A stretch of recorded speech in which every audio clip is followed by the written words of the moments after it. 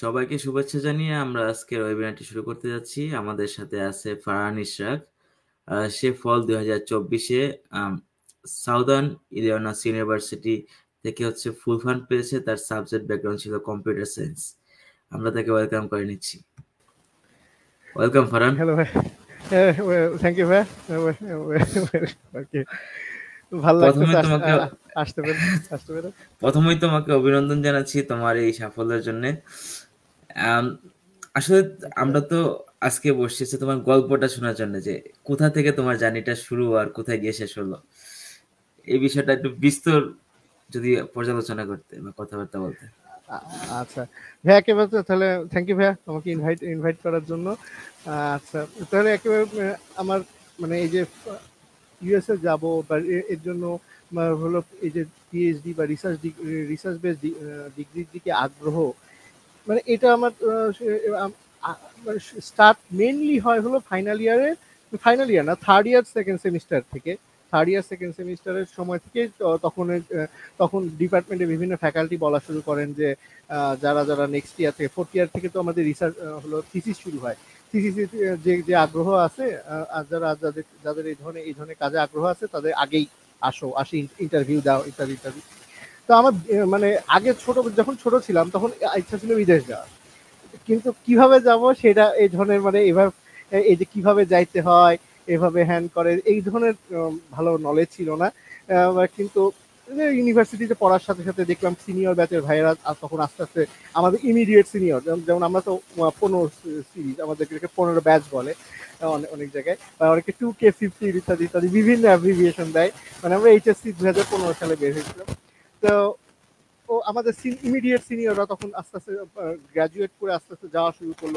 ওনাদের দেখলাম, দেখে এটা বা ওনাদের সাথে কথা বললাম যে ভাই কিভাবে কি করছেন, তখন ওরা বললো যে রিসার্চ এক্সপিরিয়েন্সটা খুব জরুরি। তো এমনি তখন ওনাদের মানে দেখা দেখি প্রথম দিকে অত মোটিভেশন ওইরকম কিছু ছিল না। ওনাদের দেখা দেখি যে স্যারদের সাথে ইন্টারভিউ দিতে গেলাম, তারপর এক স্যার আমাদের ফ্যাকাল্টির আন্ডারে থিসিসে এনরোলড হলাম। তো ওখান থেকে মেনলি হলো শুরু। প্রথম দিকে তাও তেমন কিছু হচ্ছে মানে জাস্ট বলে না আমরা থিসিস কেমন করে করি, আমরা তো আসলে মানে অত বেশি তো থিসিস আসলে মানে আমরা ম্যাক্সিমাম ফাঁকিবাজদের দলেই ছিলাম আমি। কিন্তু সেকেন্ড ফোর্থ টু এর দিকে যে দেখা যায় যে আমাদের অনেক ফ্রেন্ড তখন হলো এমএল কত 2019 সালের মাঝামাঝি সময়। তখন হলো অনেক যে এমএল এর পেপার যে পাবলিশ করার যে এই ট্রেনটা তখন স্টার্ট হলো। তখন ইমিডিয়েটলি আমাদের কিছু ফ্রেন্ড কনফারেন্স পাবলিশ করে ফেললো। তা হলো ইসে হলো, তারপরে অনেকে জার্নালের দিকে বলতেছে আমি কনফারেন্স পাবলিশ হয়ে গেছে, প্রেজেন্টেশন দিয়ে বললো জার্নালের দিকে আমি মুভ করতেছি। সো ওদের দেখা দেখি আরো মানে ওরা করছে, তো আমাকেও মানে অ্যাটলিস্ট আরো কি বললে মানে আরো জোর জোর দিতে হবে কাজ করার জন্য, এগুলো এর পিছনেই করলাম। তারপরে আরো রিসার্চ থিসিসটা ভালোভাবে করার চেষ্টা করলাম ফ্যাকাল্টির সাথে কথা বলে। তো ওখান থেকে আমার হলো পেপার পাবলিশ হয়ে যায় হলো। ফাইনাল ইয়ারে থিসিস করার সময় আমার মেডিকেল ইমেজিং ছিল আমার রিসার্চ টপিক। ওখানে প্রথম 2019 সালের লাস্টে একটা পেপার একসেপ্ট হয় IEEE 10 সিম্পে। তারপরে 10 সিম্পে একটা পেপার ওটা পাবলিশ হয়। ওটা ওটা বেশ ভালো মানে ভালো প্রশংসা করছিলেন যিনি সেশন চেয়ার ছিলেন, উনি আমাকে নিজে মেসেজ দিয়েছিলেন যে এটা এইভাবে এইভাবে করতে পারো। পরে আর করা হয় নাই। পরে ওর ইমিডিয়েট ওই একই সাথে আরেকটা কাজ করা হয়েছিল, ওইটাও আরেকটা কনফারেন্সে পাবলিশ হয়ে যায়। এরপর এরপরে হলো এরপরে আসলে জবে ঢোকার কারণে কিছুটা হলো মানে এই যে অ্যাপ্লাই করতে হবে, মানে এটা একটু মানে মোটিভেশন না, একটু আজ না কালকে করব, কালকে না পরশু করবো, এরকম একটা ঢিলেমি, যাকে খাঁটি বাংলা বলে ঢিলেমি চলে আসে।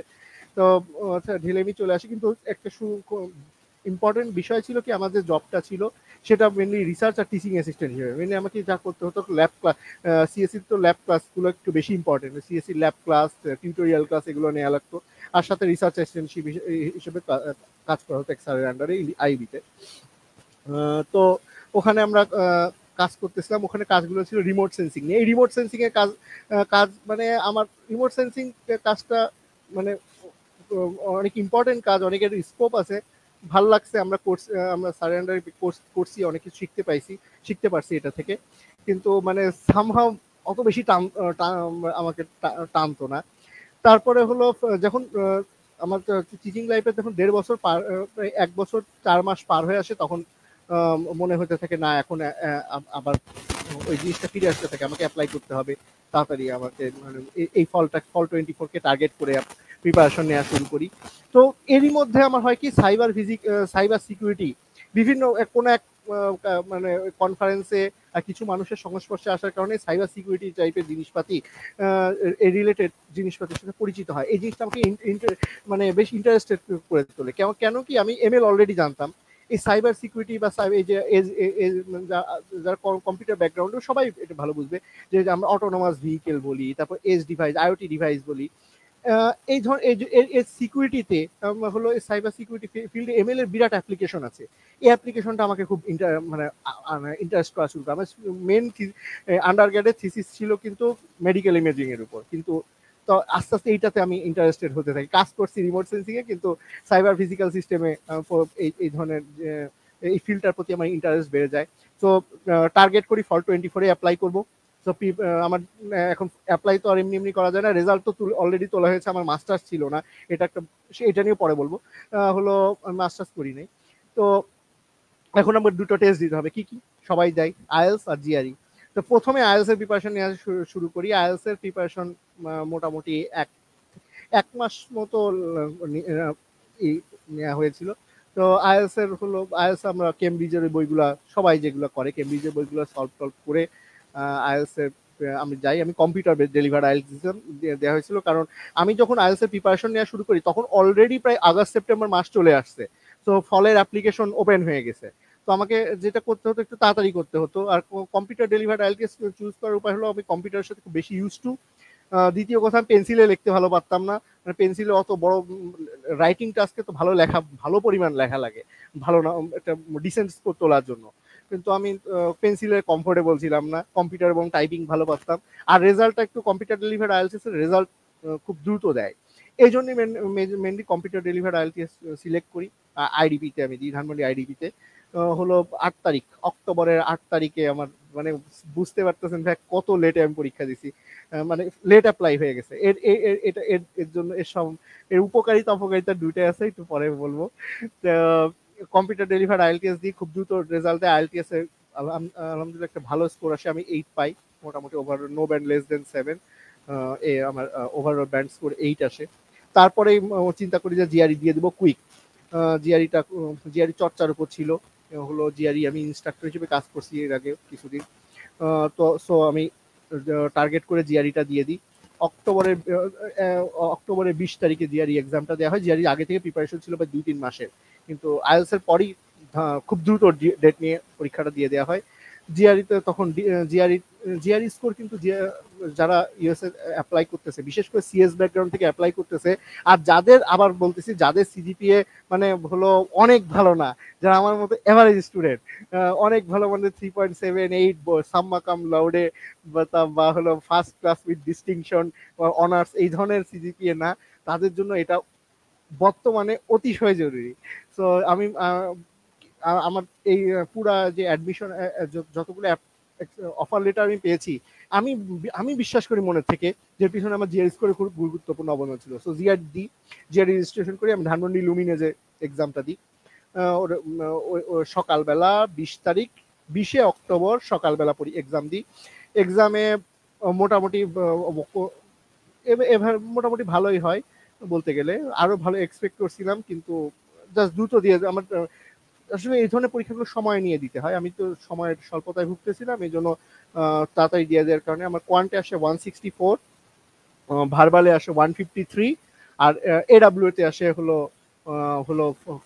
4 আউট অফ 6। সো এরপরেই আমি মোটামুটি স্কোরগুলার হাতে এসে যায়, আমি এখন অ্যাপ্লাই করার জন্য রেডি। কিন্তু আমার ততদিনে প্রায় নভেম্বর মাস চলে আসছে, নভেম্বর মাসের মাঝামাঝি চলে আসছে। সো আমি ইমেল দেওয়া শুরু করি। এখন ইমেলের প্রসেস কিন্তু সবাই আপনারা আমরা যারা অ্যাপ্লাইয়ের ব্যাপারে মোটামুটি আমাদের ধারণা রাখি, মোটামুটি সেপ্টেম্বর মাস থেকে ইমেল করা শুরু করতে হয়, কিন্তু আমার হাতে স্কোরই ছিল না, তো আমি ইমেল অ্যাপ্লাই করতে পারি নাই, ইমেলটা শুরু করতে ভয় পাইছি।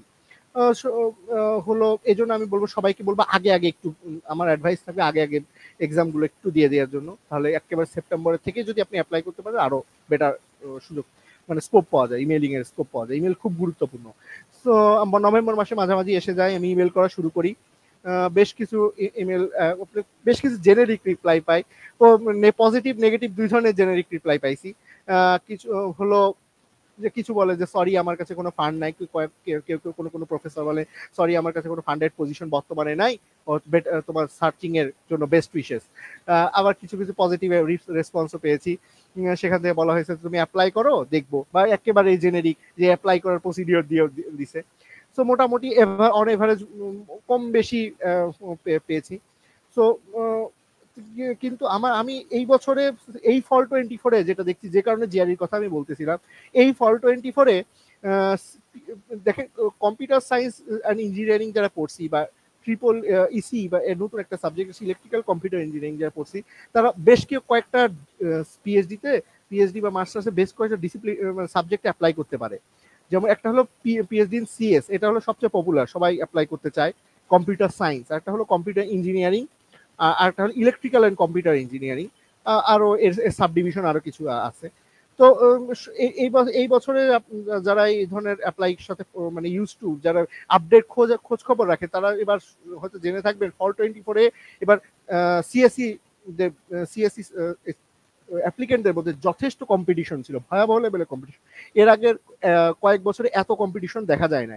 এর বিভিন্ন কারণ আছে, তবে আমি আমি আমি ওই কম্পিটিশনের ফেস করছি। যেমন আমি গত ফল 23-তে আমার কিছুই ছিল না, আমার হলো আইএলস স্কোর ছিল, আমি আইএলস 2বার দিয়েছি, হলো আইএলস একটা 7 ছিল আমি, আর হলো আর তো জিআরই তো দেওয়া হয় নাই।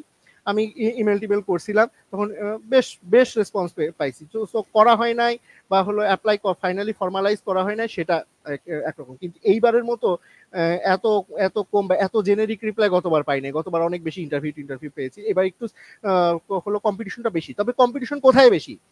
কম্পিটিশন বেশি ইলেকট্রিক্যাল কম্পিউটারে না, মানে নর্মাল, ওখানেও ভয়াবহ ভালো কম্পিটিশন আছে, বাট ওটা নর্মাল কম্পিটিশন, রিজনেবল কম্পিটিশন, ভালো সবাই সব ভালো ছাত্ররা যেতে যাচ্ছে, ভেরি গুড।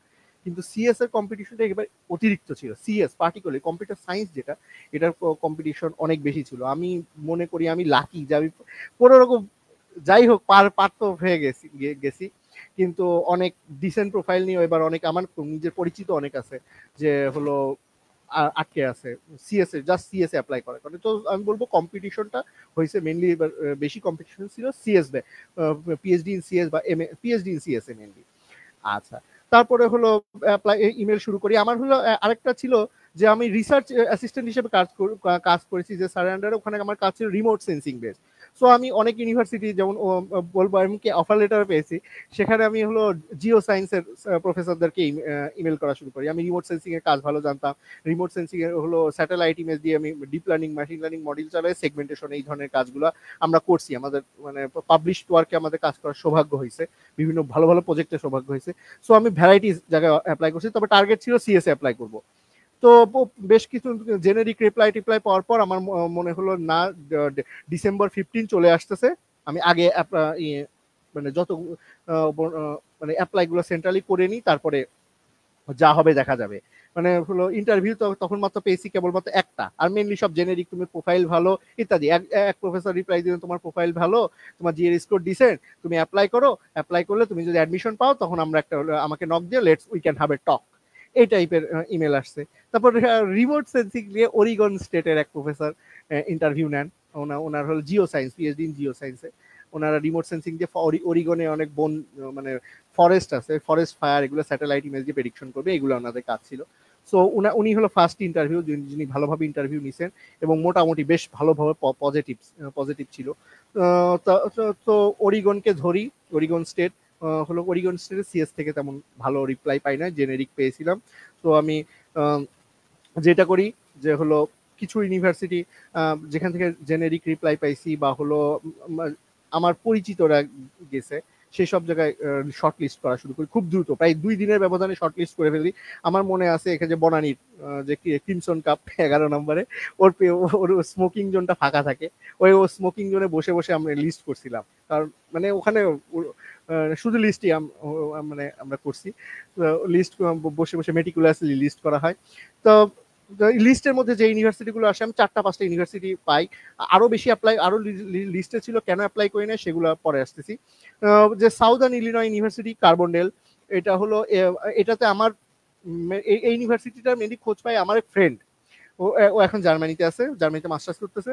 ওর কলিগ, ও একটা প্রাইভেট ইউনিভার্সিটি শান্তামনিয়াম, ওখানে হলো পড়াতো। ওর এক কলিগ ছিল হলো আইটির, সে হলো এসআইইউতে গিয়েছিল। সো ওইটা সূত্রে ও খবর পাই যে এসআইইউ সম্পর্কে জানতে পারি, এটাকে লিস্টে রাখি।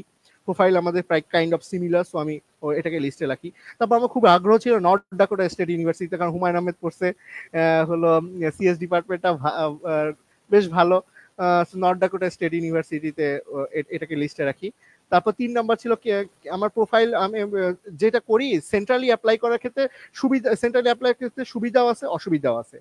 অসুবিধাটা কি, সেন্ট্রাল অ্যাপ্লাই করার ক্ষেত্রে আপনি খুব মেপে ঝুঁকে অ্যাপ্লাই করতে হবে।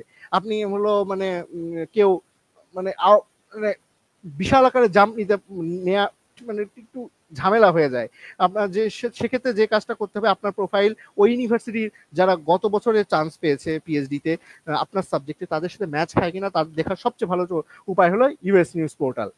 সো আমি ইউএস নিউজে আমার প্রোফাইল টোফাইল দেখি, তার সাথে আমার সিজিপিএ, তারপরে হলো ওই ডিপার্টমেন্টের পিএইচডিতে যারা গেছে তাদের জিআরই আইএলটিএস স্কোর ইত্যাদি দিয়ে ম্যাচ করে দেখি। তারপর কেনেশো স্টেট ইউনিভার্সিটি, ওইটাকে ওই লিস্টে রাখি। এটাও আমি মনে করবো, আমি কনফিডেন্ট ছিলাম যে আমি এখানে পাবো। এখান থেকে আমি এক প্রফেসরের রিপ্লাই পেয়েছিলাম, উনি বলছিলেন তোমার জিআরই স্কোর ভালো ইত্যাদি ইত্যাদি, তুমি অ্যাপ্লাই করো, that we can have A chat. So আমি ওটাকে অপশনে রাখি। দেন ওরিগন স্টেটে তো স্যার খুবই পজিটিভ ছিলেন, ওটা PhD in Jio science not CS, হলো ওটাকে রাখি। হলো আর রাখি হলো, আর যেটা হলো ইউনিভার্সিটি অফ লুইজিয়ানা লাফায়েতে, আর হলো William and Mary, college of William and Mary, এই দুটাকে আর আচ্ছা কানসাস স্টেট, এই তিনটাকে এক্সট্রা হলো লিস্ট করি। তো মোটামুটি আমার লিস্টে ছিল কয়টা ইউনিভার্সিটি, 7টা ইউনিভার্সিটি। আমি যেটাতে যাচ্ছি সেটা এসআইইউ কার্বনডেল, দেন হলো আমার আসতেছে হলো North Dakota State University, then হলো আমার Kennesaw State University, then Oregon State PhD in geoscience, then আমার আসতেছে হলো উইলিয়াম এন্ড মেরি লুইজিয়ানা লাফায়েতে, আর হলো কানসাস স্টেট। তো অ্যাপ্লাই করতে গেলে এখন হলো যারা ফার্স্ট টাইম অ্যাপ্লাই করতেছি তাদের জন্য আমি বলবো আগের থেকে মানে হলো এলওআর কনফার্মেশনটা খুবই জরুরি। দেখেন আপনি অনেক বেশি, আপনার হয়তো অনেক ফান্ড মানে দেখেন সিএস অ্যাপ্লাই পিএইচডিতে অ্যাপ্লাই করতে গেলে এটা একটা cost kind of costly process, ঠিক আছে। হ্যাঁ, ওয়েভার পাওয়া যায়, অ্যাপ্লিকেশন ফি ওয়েভার অ্যাবসলিউটলি পাওয়া যায়, কিন্তু তাও এটা একটা বেশ কস্টলি প্রসেস, বেশ টাকা পয়সা লাগে। আপনি টাকা পয়সা নিয়ে রেডি হয়ে আছেন, কিন্তু তার আগে যেটা দরকার সেটা হলো প্রফেসরদের কনফার্মেশন, মানে এলওআর যে প্রফেসরটা আপনাকে রেকমেন্ড করবে ওনাদের সাথে আগে কথা বলা। আমার ওইটা একটু কম ছিল, মানে স্যারদের আগে জানাই না, আমি হুট করে অ্যাপ্লাই করছি, হুট করে জানাইছি। সো আমি তো তাও স্যাররা বেশ ভালো রেসপন্স দিয়েছিলেন হলো মোটামুটি। তা অ্যাপ্লাই করি। তো অনেকে মানে, কিন্তু স্যারদের যেটা সমস্যা ছিল আমি এটা বুঝি নাই, অনেক আসলে অনেকজন স্যারকে বলে রাখতে হয়। আমি 3 জনকে আপনি যদি ফিক্সড করে রাখেন, তো অনেক সময় দেখা যায় স্যার অফিসের কাজে ব্যস্ত থাকে, আমাদের স্যাররা অনেক ব্যস্ত মানুষ, কিন্তু অফিসিয়াল ডিউটি ইত্যাদি ডিউটি রিসার্চ হাবিজাবি অনেক কিছু সামলাইতে হয়। সো মোটামুটি অ্যাপ্লিকেশন কমপ্লিট করতে পারছিলাম আমি 4টাতেই, বাকি 2টাই হয়তো, যেমন লুইজিয়ানা লাফায়েতে আমার আইএলটিএস স্কোর আইডিপি পাঠাইতে অনেক দেরি করছে, ডেডলাইন প্রায়োরিটি ডেডলাইন ডিসেম্বর 15 পার হয়ে যাওয়ার পর ডিসেম্বর 30-এ আমার আইএলটিএস স্কোর যায়, তো অ্যাপ্লিকেশন ইনকমপ্লিট তুলে দেয় ওরা। দেন হলো উইলিয়াম এন্ড মেরিতে আমি হলো এলওআর নিয়ে একটু সমস্যা ছিল, একজন রেকমেন্ডার হলো ছুটিতে ছিলেন প্রায় 1.5 মাস, উনি তখন আউট অফ টাচ ছিলেন, এইটাতে একটা সমস্যা ছিল। আর হলো কানসাস স্টেটে আমি অ্যাপ্লিকেশন ফি ডেট ভুল করে, মানে একটু আমার ফান্ডিং রেটের প্রবলেম ছিল, যে ফি এত টাকা পয়সা আমার কাছে কম হয়ে গিয়েছিল ইত্যাদি ইত্যাদি। সো এই 3টাতে আমি অ্যাপ্লাই কমপ্লিট করতে পারি নাই, হলো এটা লস গেছে। আর বাকি 4টাতে আমি অ্যাপ্লাই কমপ্লিট করি। অ্যাপ্লাই কমপ্লিট করার পর এরপরে তো ইমেল হলো বেশ মানে অ্যাপ্লাই যখন কমপ্লিট করতে করতে আমার প্রায় জানুয়ারি চলে আসে, জানুয়ারি প্রায় সবগুলা A to Z apply complete করে ওদের কাছে পৌঁছাইছে। যেমন নর্থ ডাকোটা স্টেট অনেক ইউনিভার্সিটি কিন্তু হলো অফিসিয়াল ট্রান্সক্রিপ্ট চায়, যেমন নর্থ ডাকোটা স্টেট ইউনিভার্সিটিতে তারা হলো অফিসিয়াল ট্রান্সক্রিপ্ট ছাড়া ইভ্যালুয়েটই করবে না। ওখানে আমাকে অফিসিয়াল ট্রান্সক্রিপ্ট পাঠাইতে হয়েছে DHL এ। এই প্রসেসটা একটু আপনার ভার্সিটিতে যেতে হয়, ইত্যাদি ইত্যাদি বিভিন্ন কাজ কারবার করা লাগে। সো এই করতে করতে মোটামুটি 10 তারিখের মধ্যে আমি সবগুলো কমপ্লিট করে ফেলি। কমপ্লিট করে এবার এখন বসে থাকার মানে ওয়েট করতে হবে ডিসিশনের জন্য। সো ডিসিশনের জন্য ওয়েট করতে থাকি। তারপরে হলো অলরেডি কিন্তু আমার হলো যে ওরিগন স্টেটের হলো প্রফেসর যথেষ্ট পজিটিভ ছিল। উনি অ্যাপ্লাই হওয়ার পরই উনি মোটামুটি ফান্ড আরেকটা ইন্টারভিউ নেন, নিয়ে উনি ফান্ড বেশ অফার করে ফেলেন আমাকে, রিসার্চ অ্যাসিস্ট্যান্সি অফার করেন, PhD ইন জিও সায়েন্স। আমার হলো ওয়াইল্ড ফায়ার হলো স্যাটেলাইট ইমেজ থেকে ওয়াইল্ড ফায়ার প্রেডিকশনে কাজ করতে হবে, এইটা একটা। তারপরে হলো এরপরে আমি থাকতে যাচ্ছি, আমি অলওয়েজ সিএসএ থাকতে যাচ্ছি। আমি কিন্তু এর আগে বলছি যে আমার একটু সমস্যা, অন্যদের ক্ষেত্রে জানি না, আমার একটু প্রবলেম থাকে, সেটা হলো আমার ইন্টারেস্টের ফিল্ডের বাইরে আমি কাজ করতে গেলে আমি খুব সমস্যা হয়, আমি পারি না। মানে যেটাতে আমার CPS সাইবার ফিজিক্যাল সিস্টেমসে আমার কাজ করার খুব ইচ্ছা। সো ওইটাকে আমি হলো খুব ভালো অফার ছিল। তারপরে আসে হলো জানুয়ারির 28 তারিখে প্রথম ওরিগন স্টেট ইউনিভার্সিটি থেকে প্রফেসর ফান্ডিং সহ অফার লেটার পাঠান। তারপর সে হলো ফেব্রুয়ারির শুরুর দিকে আসে কেনেশো স্টেট ইউনিভার্সিটি, ওরা ডাইরেক্ট মানে ওরা প্রফেসর হলো প্রফেসর নকটক দেওয়ার মানে RA ফান্ডিং না, মানে TA funding, full tuition ever with teaching assistantship ওরা অফার করে দেয়। তো এটা ফার্স্ট CSA ফান্ডিং, আমি CSA অ্যাপ্লাই করে এটা প্রথম CSA ফান্ডিং। এরপর আসে হলো এটা সাউদার্ন ইলিনয় ইউনিভার্সিটি কার্বনডেলের ব্যাপারটা হলো কি, আমি প্রফেসরের নাম, আমার SOP-তে প্রফেসরের নাম, বর্তমানে আমার যিনি সুপারভাইজার হবেন আর কি, ওনার নাম উল্লেখ করে দিয়েছিলাম। উনি CPS নিয়ে কাজ করেন, বেশ প্রলিফিক, আমার ভালো লাগছিল। ওনার নামটা আমি হলো দিয়ে দিয়েছিলাম যে আমি ওনাকে আগে থেকে কিন্তু কন্ট্যাক্ট করি নাই, আমি লিখে দিয়েছিলাম যে আমি ওনার রিসার্চ আমার ভালো লাগছে সাইবার ফিজিক্যাল সিস্টেমসের উপর, আমি এই ফিল্ডে ওনার আন্ডারে কাজ করতে খুবই আগ্রহী থাকবো। সো উনি হঠাৎ করে ভোরবে সকালবেলা সকাল 7টার সময় আমার ঘুম ভাঙছে, অফিসের জন্য বের হব, তখন দেখি যে একটা ইমেল, রাত ভোর 4টায় ইমেল করা হয়েছিল। সেটা বলছে যে dear Farhan, congratulation for getting admitted in SIU Carbondale. আমি তখন অ্যাডমিশন অফার লেটার পাইনি, আমি দেখে ভরকে গেছি, ওই স্যারই পাঠাইছেন, আসলে ওই স্যার পাঠাইছেন। তো in your SOP I am না দাঁড়ান, quote করতেছি, I'm currently reading your SOP. In your SOP, you have elaborately mentioned that you wanted to work with me in my lab. I'm very glad that you are interested in my research and research lab. If you are willing to join with us, if you are still interested to join us, we can have a Zoom meeting. আমি তো তখনও হলো পাই নাই, মানে তখন offer letter পাই নাই, উনি আগেই কংগ্রাচুলেট করে দিয়েছেন। আমি তো দেখে এই হোয়াট হ্যাভেন জাস্ট। তারপরে হলো একটু পরে উনি আবার মেল পাঠান, হলো সকাল 7:30টার দিকে একটা mail, sorry admission committee has not finalize the decision yet, এখনো অ্যাডমিশন কমিটি ডিসিশন ফাইনালাইজ করে নাই, ফাইনালাইজ হওয়ার পরে করো। আমি তো আরে কেমন ফিলিংস, একটু আগে মনে হলো অফার পেয়ে গেছি, আর এখন অ্যাডমিশন কমিটি এখনো ফাইনালাইজ করে নাই।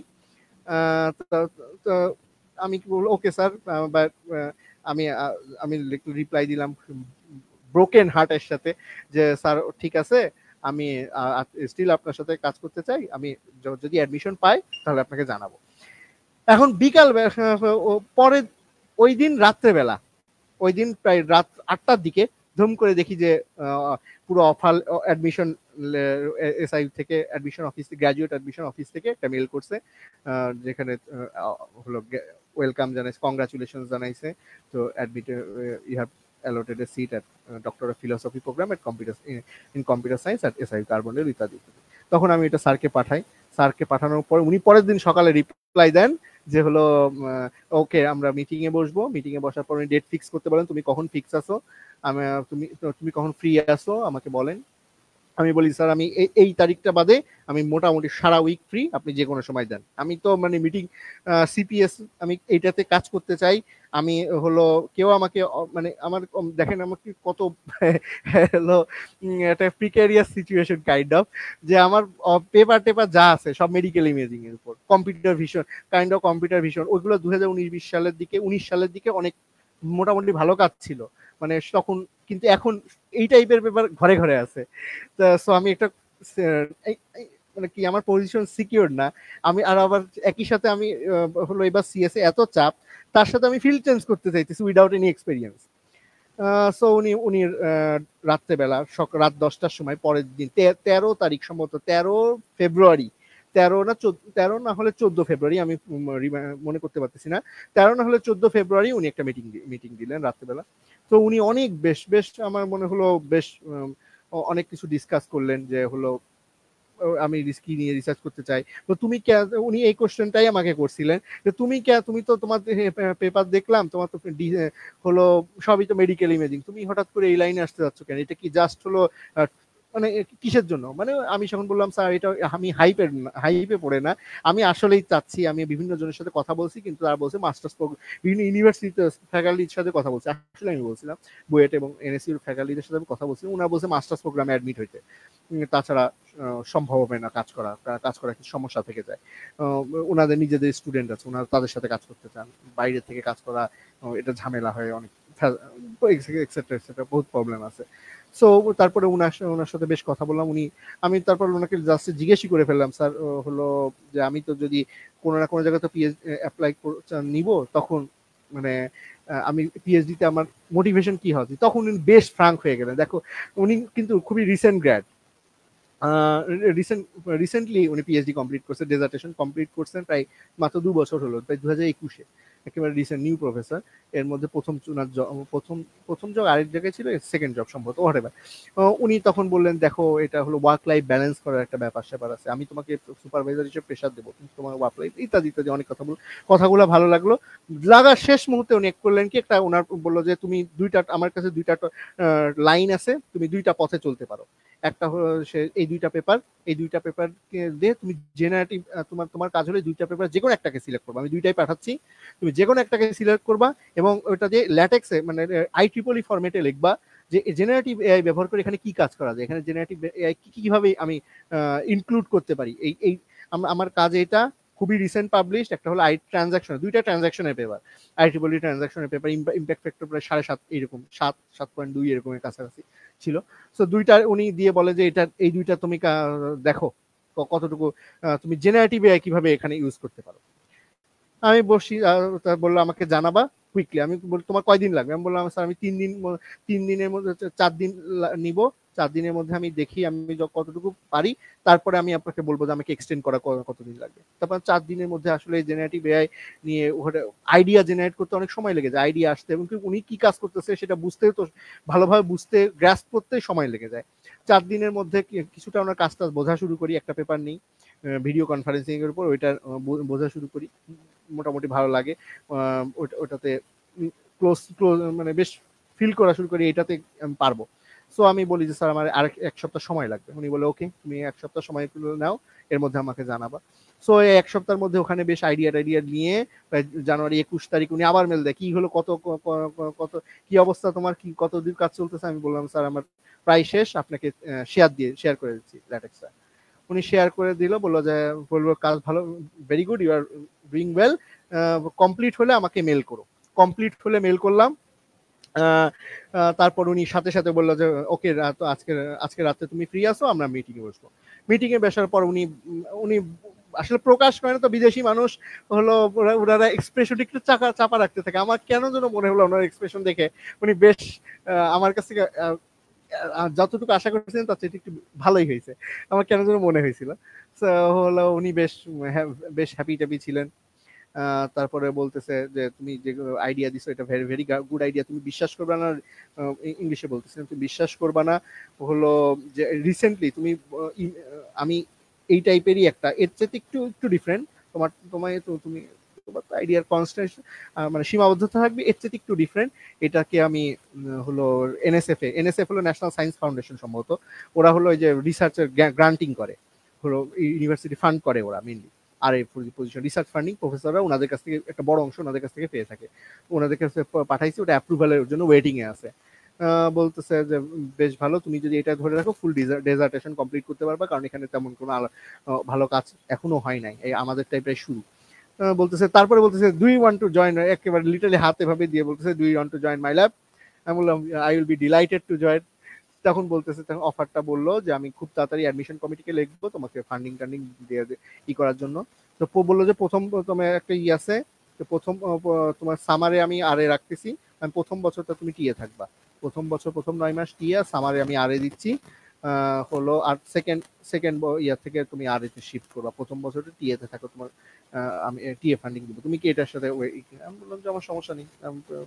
আমি হলো আমি কেউ একজন আমার ইন্টারেস্টিং, আমি যে সাবজেক্টে ইন্টারেস্টেড উইদাউট এনি হলো এক্সপিরিয়েন্স কেউ যে আমাকে ফান্ড করতেছে, আমি যে বিশাল খুশি। আরে টিএতে কি প্রথম বছরে উনি আরে দিবে না টিএ দিবে, আমার তো আমি তো বুঝিও না এগুলো কি। তা আমি বলছি ওকে সমস্যা নেই। আমি বলছি স্যার ইজ ইট, আমি এটা বোকার মতো প্রশ্ন করে ফেললাম, is it full funded? Of course of course of course you will get a full tuition এবার। এরপরে হলো উনি উনি বললো যে উনি মিটিং শেষ করে দিল, শেষ করার পর পরের দিন সকালবেলায় হলো ডাইরেক্ট হলো স্কুল অফ কম্পিউটিং, ওদের যে ডিন সে একেবারে ফান্ডিং ফুল টিউশন এবার ফান্ডিং টান্ডিং ডিটেলস সহ মেল করে পাঠিয়ে দেয় এইটা। সো এটা নিয়ে আমি রেডি। I-20 এসে যায়, আমি সাথে সাথে অ্যাকসেপ্ট করে দিই। I-20 এসে যায় 10 দিন, 3 থেকে 4 দিনের মধ্যে। এরপরে DS-160 ফিল আপ করা শুরু করেছি। দাদা ভালো জানে, দাদার সাথে এগুলো সব আলোচনা করা হয়েছে, এরপরে কি হয়েছে দাদাও ভালো জানে। হলো কথাবার্তা এটা চলতেছে, আমি রেডি। এরপরে দেখেন অ্যাপ্লাই করছিলাম 4টা থেকে, অরিগনে আসলো, তারপরে হলো কেনেশোতে দিছে, টিএ দিছে, এটাতেও প্রফেসর দিল। আর হলো আমার এখন আসতেছে কোনটা হলো আরেকটা নর্থ ডাকোটা স্টেট ইউনিভার্সিটি, আমার খুব আগ্রহ ছিল অ্যাটলিস্ট পাবো, অ্যাডমিশন পাবো বা ফান্ড পাবো এই জায়গাতে। হুমায়ুন আহমেদ পড়ছে, হলো অনেক বেশ কিছু এখন বর্তমানে বড় বড় ইউনিভার্সিটি অনেক বেশ কয়েকজন ফ্যাকাল্টি আছে, বুয়েটের যেমন হেড আছে, পাইছে। আমি চান্স পাইলে খুশি, আমার ফান্ডের আমি অততে আমি খুশি। ধাম করে মার্চের 1 তারিখ, মার্চের ফেব্রুয়ারি 28 তারিখ শেষ হবে, লিপিয়ারের আগের দিন, এবার তো লিপিয়ার ছিল, হ্যাঁ লিপিয়ারের আগের দিন হলো এক নর্থ ডাকোটা স্টেট ইউনিভার্সিটি এক প্রফেসর মেল করে আমাকে, মেল করে একেবারে ডাইরেক্ট তোমার প্রোফাইল আমি দেখছি, ভালো লাগছে তোমার, আমার কাজের সাথে, আমার কাজ হলো হেলথ ইনফরমেটিক্স নিয়ে, হেলথ ইনফরমেটিক্স আমি আমার মেডিকেল ইমেজিং নিয়ে কাজ করছি, উনি ওটা ভালো লাগছে, উনি আমার কাজ হেলথ ইনফরমেটিক্স নিয়ে, তুমি যদি আগ্রহ থাকো আমরা এই ফান্ডিং প্রোভাইড করতে পারি, যে তুমি হলো মানে তোমার টিএ আর ডিউটি একই সাথে করতে হবে, 25% টিএ 5% আরে একই সাথে পুরো বছরের জন্য, আর ফুল টিউশন এভার থাকবে। তুমি যদি আগ্রহী থাকো তাহলে আমরা উই ক্যান টক।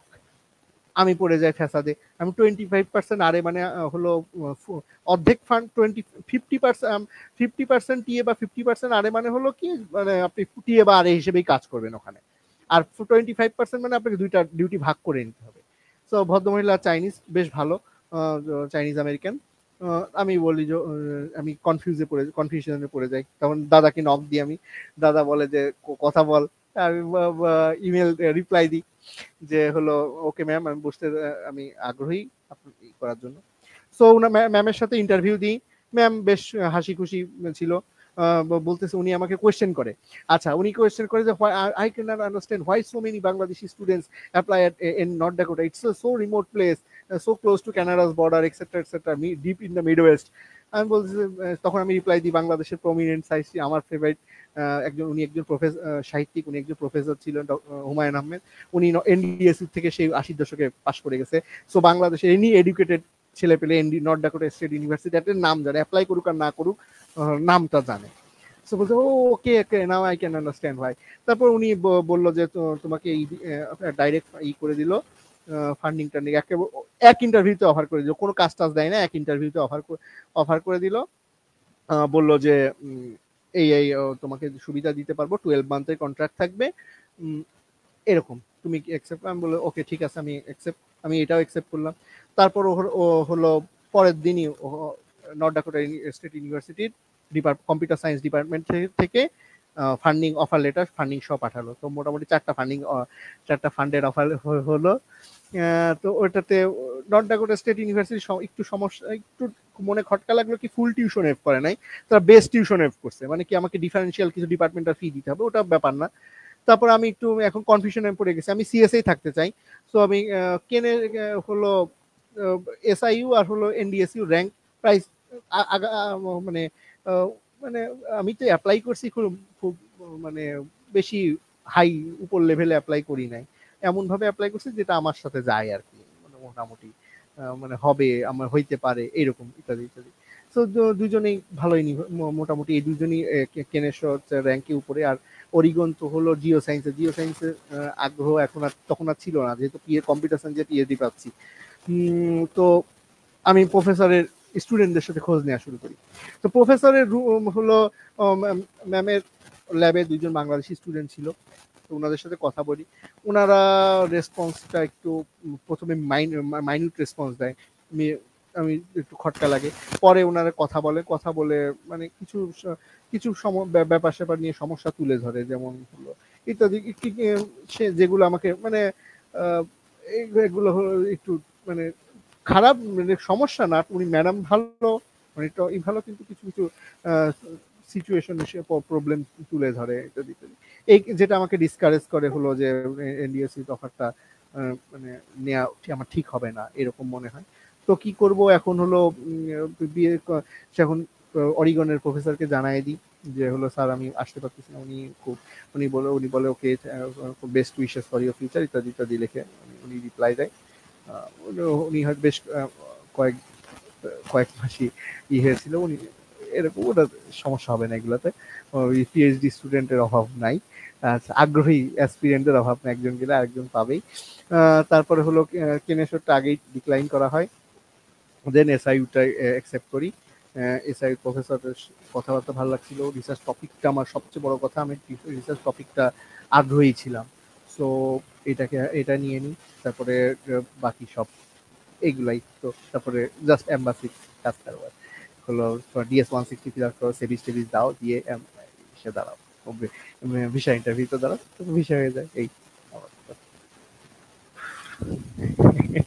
বেশি কথা বলে বলতে লাগলে বলতেই থাকি। আরে না শোন, তোর হচ্ছে একটা কোশ্চেন আমি লিখছি যে যেটা তুই বলছিলি যে বলবি যে পরে পরীক্ষা দেওয়ার উপকারিতা আছে অপকারিতা আছে। আচ্ছা হ্যাঁ সেটা আচ্ছা ভাইয়া এটা খুব অনেক ধন্যবাদ মনে করাই দেওয়ার জন্য। আমি সবাইকে বলবো যে প্রফেসর মানে দেখেন, যদি সেন্ট্রালি অ্যাপ্লাই করতে হয়, সেন্ট্রালি অ্যাপ্লাই কাদের জন্য খুব বেশি ভালো, সেন্ট্রালি অ্যাপ্লাই তাদের জন্য চোখ বন্ধ করে অ্যাপ্লাই করে দেওয়া ভালো যাদের রেজাল্ট অনেক বেশ ভালো। আমাদের কম্পিউটার সায়েন্সের হিসেবে 3.5 এর উপরে, সোজা বাংলা কথা, 3.5 এর উপরে, জিআরই 315 প্লাস, আইএলস 7+ বা 7.5 হলে তো খুবই ভালো, বা টোফেল প্রায় 100 আপ, প্রায় 90-95 রেঞ্জে, 100 থেকে 90 থেকে 100 আপের মধ্যে এরকম। এদের জন্য খুবই ভালো, এদের পাবলিকেশন আছে কি, বা মাস্টার্স আছে, বা মাস্টার্স হলে তো কোনো কথাই নাই, তাদের জন্য সেন্ট্রাল অ্যাপ্লাইড ভালো। কিন্তু এটাও সত্যি যে আমাদের মতো প্রোফাইল, মনে করেন 3.5 রেঞ্জে ঘোরা, 3.51, 52, 53 এই রেঞ্জের প্রোফাইল, এরাও কিন্তু আরো ভালো ভালো জায়গায় পায়, অনেক ভালো ভালো জায়গায় যায়। এই ভালো ভালো জায়গা বা ভালো ইউনিভার্সিটি, ভালো প্রোগ্রাম বা ভালো সবচেয়ে বড় টেকনিক যেটা, সেটা হলো প্রফেসর ম্যানেজ করা, মানে ইমেইলিং করা। ইমেইলের উপরে কোনো নাই। এখন এই সমস্যা, ইমেইল করতে গেলে সমস্যা আমার মতো লোকজনের যেটা হয় সেটা হলো আমাকে প্রিপেয়ার থাকতে হবে যে রিপ্লাই আসবে না, মানে রিপ্লাই আসবে না এটা ধরে নিয়ে চোখ বন্ধ করে, আমরা এমন বড় কেউ না যে আমাদের জন্য সবাই দরজা খুলে বসে আছে। আমার যদি না তোমার প্রোফাইল এক্সট্রিম ভালো হয়, আপনার প্রোফাইল এক্সট্রিম ভালো হয়, সো প্রফেসর ম্যানেজ করতে হলে আপনাকে হলো ইমেল করা শুরু করতে হবে আগে আগে। কারণ দেখেন, মনে করেন একজন আপনার আমি উদাহরণ দিই, আমার প্রোফাইল 3.6, আমার সিজিপিএ 3.6, আমার Q1 পেপার আছে, Q2 পেপার, Q1 বা Q1 পেপার আছে একটা। আমি অ্যাপ্লাই শুরু করলাম নভেম্বরের মাঝামাঝিতে। আরেকটা ছেলে, প্রফেসর তো ডিপার্টমেন্ট অ্যাপ্লিকেশন পোর্টাল তো খুলে গেছে হলো আমার সেপ্টেম্বরে। আরেকটা ছেলে প্রফেসর ইমেল পড়া ততদিনে শুরু করে দিছে। আরেকটা ছেলে মনে করেন 3.5, তার মনে করেন কি জাস্ট রিসেন্ট গ্রাজুয়েশন কমপ্লিট করছে, আর তার একটা Q2 তে পেপার আছে বা একটা ভালো কনফারেন্সে পেপার আছে, দুই তিনটা। এখন আমি যে মানে বিরাট পণ্ডিত, এটা তো প্রফেসর জানতেই পারলো না। ওই ছেলে ইমেল দিল, প্রফেসর ওই ছেলেকে আগে পেলো, দেখলো যে এর দ্বারা আমার কাজ হবে, মানে এর দ্বারা আমার চলে যাবে, তো এই অ্যাডমিশন কমিটিতেও পাস করে যাবে, এই ফিল্ডে হলো তার এক্সপেরিয়েন্সও আছে। সো প্রফেসর তাকে কমিট করে বসে থাকবে। কিছু কিছু প্রফেসর, বিশেষ করে বিশেষ কিছু ন্যাশনালিটির প্রফেসর বাদে হলো হলো হলো বিশেষ একটা দুইটা ন্যাশনালিটি বাদে, তারাও সবাই না, সচরাচর একবার কমিট করলে ওনারা ব্রেক করেন না, মানে এটা ওনারা সহজে কমিট করেন না, কিন্তু কমিট করলে ভালো ভালো ইউনিভার্সিটি ভালো প্রফেসররা ব্রেক সচরাচর করে না। সো তাকে যদি আগে কমিটমেন্ট দেওয়া হয়ে থাকে, আপনার প্রোফাইল হলো পরে যে মনে করেন অক্টোবর নভেম্বরে অ্যাপ্লাই করা শুরু করছে, তার যদি প্রোফাইল অনেক গুণ ভালো হয়, প্রফেসরের জায়গা তো অলরেডি বুকড, তো আপনাকে বেটার হইলে আপনাকে উনি ওই জায়গাটায় আপনি হয়তো পৌঁছাইতে পারবেন না, যে এটা আগে অ্যাপ্লাই করার আছে। এছাড়াও আরো সুবিধা আছে, সেন্ট্রালি অ্যাপ্লাইও আগে, আমি সবসময় বলবো আগে অ্যাপ্লাই করতে, আমি বলবো সেপ্টেম্বরের মধ্যেই জিআরই দিয়ে কমপ্লিট করে ফেলতে। কেন হলো সেন্ট্রালি অ্যাপ্লাইয়ের যে প্রায়োরিটি ডেডলাইন বলে একটা কথা থাকে, প্রায়োরিটি ডেডলাইনের কি, নর্মাল ডেডলাইন থাকে, প্রায়োরিটি ডেডলাইনের মধ্যে যারা অ্যাপ্লাই করে তারা হলো ফান্ডিং এর জন্য আগে বিবেচিত হয়, বিভিন্ন স্কলারশিপ, তারপর বিভিন্ন ফেলোশিপ ইত্যাদি ইত্যাদির জন্য তাদেরকে আগে কনসিডার করা হয়। প্রায়োরিটি ডেডলাইনে ছেলেপেলেদের আগে অ্যাডমিশন দেওয়ার পরে তারপর নর্মাল ডেডলাইনে যে অ্যাপ্লাই করছে তাকে অ্যাডমিশন দেওয়ার চিন্তা ভাবনা করবে। এই জন্য প্রায়োরিটি ডেডলাইনের জন্য অবশ্যই আগে আগে অ্যাপ্লাই করতে হবে। এই জন্য আমি বলি যে হলো জিআরই, আমি যেটা করছি অক্টোবর মাসে জিআরই দিছি, তারপরে আরো কিছুদিন বসে থাকছি, সময় নষ্ট করছি, করে নভেম্বরে ইমেল করছি। এইটার চাইতে অলওয়েজ বেটার হলো আগে আগে জিআরইটা দিয়ে দিক, যাই আসুক আপনার যদি মোটামুটি ফেয়ার এন্ড আপ সিজিপিএ থাকে, fair and up IELTS score থাকে, fair and decent GRE score থাকে, আপনি সেপ্টেম্বরের মধ্যে অ্যাপ্লাই করা শুরু করতে পারেন, তাহলে অনেক স্কোপ অপশন বেড়ে যায়। অনেক প্রফেসর তখনও আপনাকে বিবেচনা করবে, ইমেল দিবে, মনে করেন এই যে যেটা বললো সেটা হয়, অনেক ভালো প্রোফাইল কিন্তু দেরিতে অ্যাপ্লাই করছে, কারণ প্রফেসর নিতে পারতেছে না। তখন হলো যেটা হয়, অ্যাডমিশন হয়, ফান্ডিং ঝুলে থাকে, ফান্ডিং অনেক হয়, ভালো প্রোফাইল অবশ্যই ফান্ডিং পায়, কিন্তু হইতে হইতে দেখা যায় যে সে মার্চ এপ্রিলের লাস্টে বা মের দিকে যে হয়তো টিএ ফান্ডিং পায়, এই ধরনের ঘটনা ঘটে। এই ধরনের ঘটনা চাইতে আগে আগে অ্যাপ্লাই করা সবসময় ভালো। তোর সাথে আমি ট্যাট করি, মনে কর আমার একটা ফ্রেন্ড ছিল আর কি, তোর জিআরই স্কোর জন্য কত, 317 না? 17 ভাই, 17। আচ্ছা, মানে তার জিআরই স্কোরটা ছিল হচ্ছে 320 মোস্ট প্রবাবলি, আর আইএলটিএস ছিল 7.5। কিন্তু বাট মনে করি যে সে আবেদন, মানে তার স্কোর রেডি করতে করতে এটা হয়ে গেছে হচ্ছে জানুয়ারি মাস, তো দেন সে ইউএসএ তার ফান্ডিং পায়নি। তো তার যেহেতু প্রোফাইল ভালো, মনে কর যে পাবলিকেশন ছিল, আইএলটিএস স্কোর ছিল 7.5, সে পরে ইউরোপে মুভ করে ফেলছে আর কি। তার ওই বছরই যাওয়ার প্রয়োজন, ওই বছরই মানে করতে হবে তাড়াতাড়ি, মানে একটা ব্যবস্থা করতে হবে ক্যারিয়ারের। সে পরে আর কি ইউরোপে মুভ করছে, যেহেতু পাবলিকেশন আছে, সিজিপিও আছে, আইএলটিএস স্কোর আছে, তো সে ইউরোপে স্কলারশিপ পেয়ে গেছে। কিন্তু ইউএসএতে কিন্তু শেয়ার ম্যানেজ করতে পারে নাই, আর এটা লেট করে ফেলছে। আমি মানে বলে ফেলি অতি, মানে ভিতরে এখনোই আছে, যদি আমি এটা সবসময় বলছি, যদি একটু আগে আগে করে ফেলতে পারতাম কমপ্লিট, তাহলে হয়তো আরো বেশি টিমেল করতে পারতাম, হয়তো আরো একটু পরে অ্যাপ্লাই করতে পারতাম। এইটা একটা মনে এখন সবসময় মানে থেকেই যাবে, কিন্তু মানে দুই দেশে সন্তুষ্ট হয়ে যেতে হয়, কিন্তু যা পাই, কিন্তু এটা একটা দুঃখ থেকে যাবে। এই দুঃখ যাতে না পড়ো, এই জন্য সেপ্টেম্বরে আগে আগে অ্যাপ্লাই করা শুরু করো। আচ্ছা, তোর কাছে আমার কিছু প্রশ্ন আছে, যেটা হলো মাঝে মধ্যেই আমাদের গ্রুপে কিছু সিএসসি ক্যান্ডিডেটের কোশ্চেন থাকে এরকম, যে তারা জিআরই দিতে চায় না, জিআরই ছাড়া ফান্ড পাইতে চায়,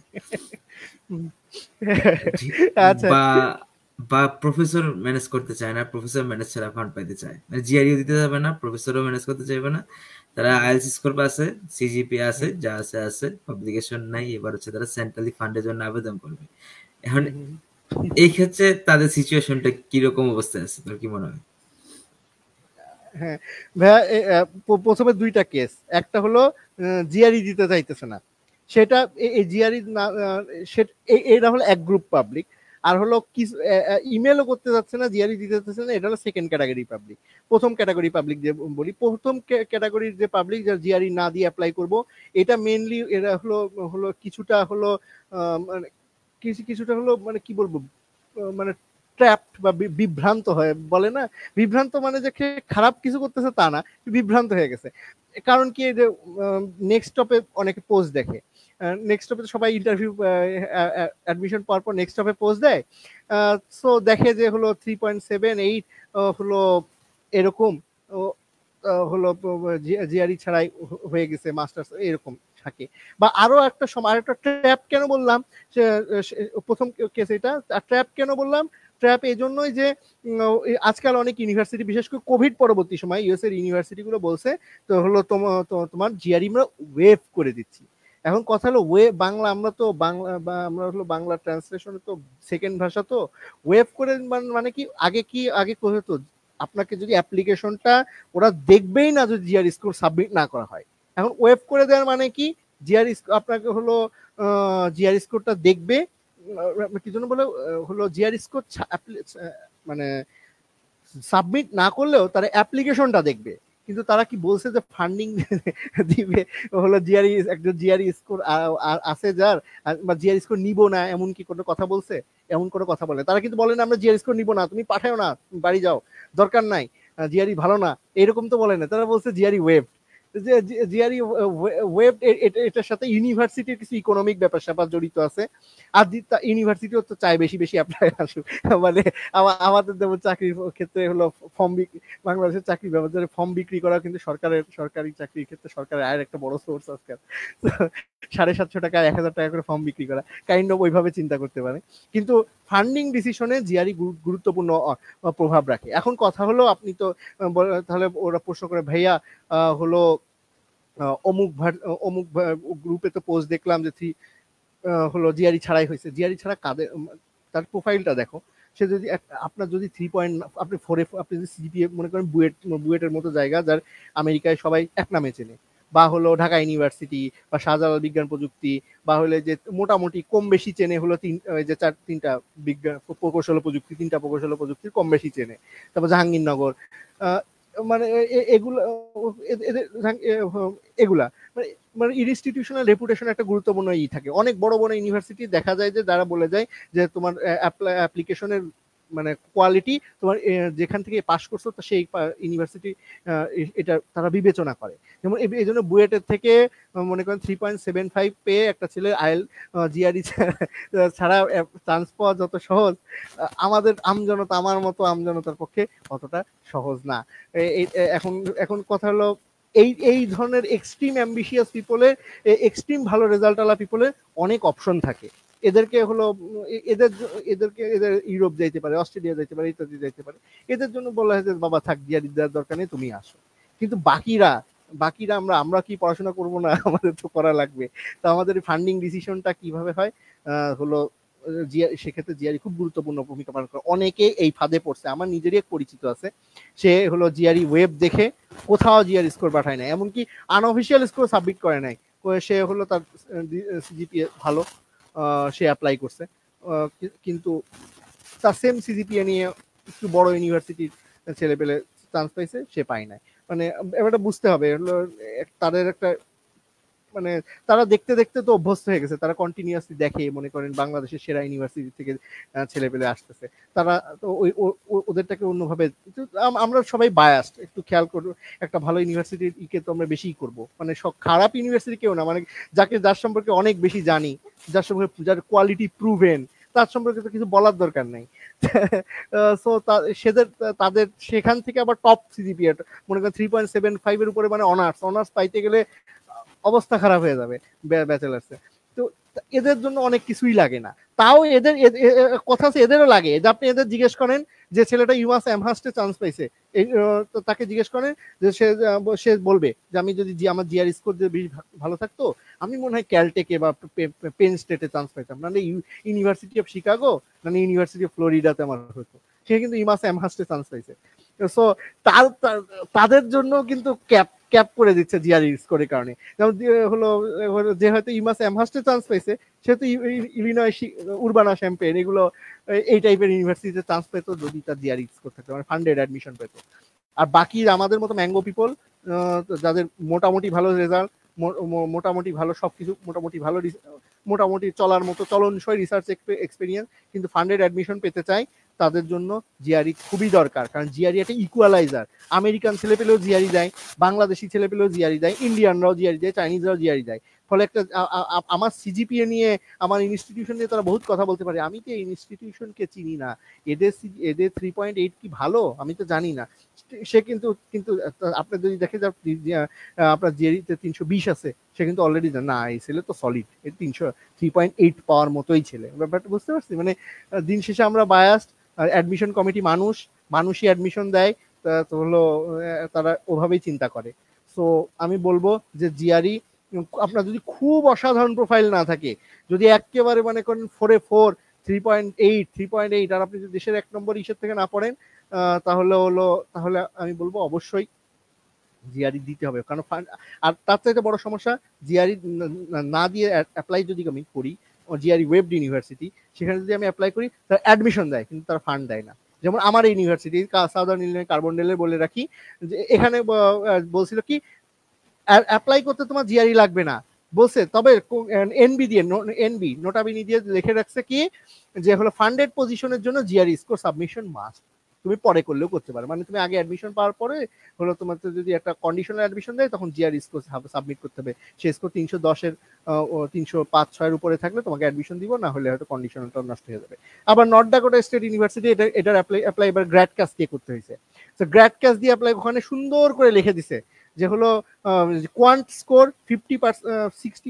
60 পার্সেন্টাইল আপ কোয়ান্ট স্কোর, আর 50 পার্সেন্টাইল আপ ভার্বাল স্কোররা হলো মানে কোয়ান্ট স্কোরে আর ভার্বাল স্কোরে যাদের 50% উপরে পার্সেন্টাইলের উপরে, তাদের ফান্ডিং এর জন্য অগ্রাধিকার ভিত্তিতে বিবেচিত হবে বলেই দিছে। আর কেউ হয়তো বলে না, কিন্তু এই ট্র্যাপে পড়া যাবে না। আর দ্বিতীয়, এবার ভাই আসতেছে দ্বিতীয়, মানে এই প্রজাতি তোমরা সব যোগ্যতা আছে, তোমরা সবই ক্যাপেবল, জিআরই মনের ভয়কে দূর করো, লেগে থাকো, জিআরই গ্রাইন্ডিং প্রসেস, জিআরইতে একটা ভালো স্কোর করা সম্ভব। আর দ্বিতীয় ক্যাটাগরি যারা ইমেলই করতে চায় না, এর হলো এইভাবে তো হবে না। তোমার রেজাল্ট যদি খুব ভালো না থাকে তাহলে তোমার জিআরই ছাড়া ইমেল ছাড়া অ্যাপ্লাই করলে ঝামেলায় পড়ে যেতে পারো। ঠিক আছে, যদি 7-এর আপ না থাকে জিআরইও দিবা না, ইমেলও দিবা না, তাহলে হবে না।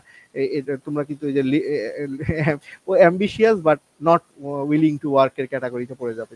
ইমেল করতে হবে। প্রফেসর আমেরিকায় ফান্ড প্রফেসরের হাতে থাকে, সে টিএ অনেক ইউনিভার্সিটি টিএ অ্যাসিস্ট্যান্ট একজন প্রফেসর যদি চায়, আমারই এক ফ্রেন্ড বলি, ও এবার আমার ফ্রেন্ড না, জুনিয়র কিন্তু ফ্রেন্ডলি রিলেশন খুবই। ও যাচ্ছে টুস্কাগি ইউনিভার্সিটিতে মাস্টার্স করতে, কম্পিউটার সায়েন্সে মাস্টার্স, পরে পিএইচডি করবে, আগ্রহ আছে, ও হলো মাস্টার্স করতে যাচ্ছে। তো ওর টুস্কাগি ইউনিভার্সিটিতে ডাব্লিউএস লাগে। এখন ওর ডাব্লিউএস করলে ওর ডেডলাইন ক্রস করে যেত।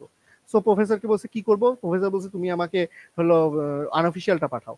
ওই আনঅফিসিয়াল দিয়ে তারপরে কি জন্য আইএলস এর স্কোর ইটিআরএফ, আইএলস আমরা যারা অ্যাপ্লাই করবো তাদের জন্য বলে রাখি ইটিআরএফ পাঠাইতে হয়, যেটা টেস্ট সেন্টার ইউনিভার্সিটিতে সেন্ড করে। ইটিআরএফ ছাড়া টুস্কাগি ইউনিভার্সিটিতে কি লাগে, ডাব্লিউএস লাগে, ইটিআরএফ লাগে, আর জিআরই মেন কপি সাবমিট করা লাগে। তিনটায় আনঅফিসিয়াল কপি দিয়ে সে অ্যাডমিশন চান্স পাই, ফুল ফান্ডেড অ্যাডমিশন পাইছে প্রফেসরের প্রভাবের কারণে। প্রফেসর চাইলে অনেক কিছু করতে পারে, প্রফেসর চাইলে তো আপনার ভিসা এই প্লেনের টিকিটও দিয়ে দিতে পারে, আর হলো ভিসা প্রসেসিং এ অনেক মানে ইউনিভার্সিটি দিয়ে অনেক কিছু করাইতে পারে। প্রফেসর অনেক ক্ষমতা থাকে আমেরিকায়। সো ফান্ডিং এর জন্য প্রফেসর মাস্ট।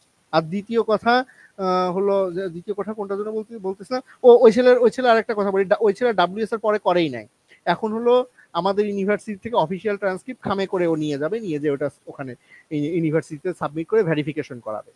মানে সে ডাব্লিউএস এর কোনো কাজই করলো না, 30-40 হাজার টাকার কোনো কাজই করলো না, শুধু প্রফেসরের ইনভলভমেন্টের কারণে। সো প্রফেসর লাগবে। আর দিন শেষে পিএইচডি যাইতেছি research base masters, research base PhD করতে, সো মানে পিএইচডি তো রিসার্চ বেসডি হলো।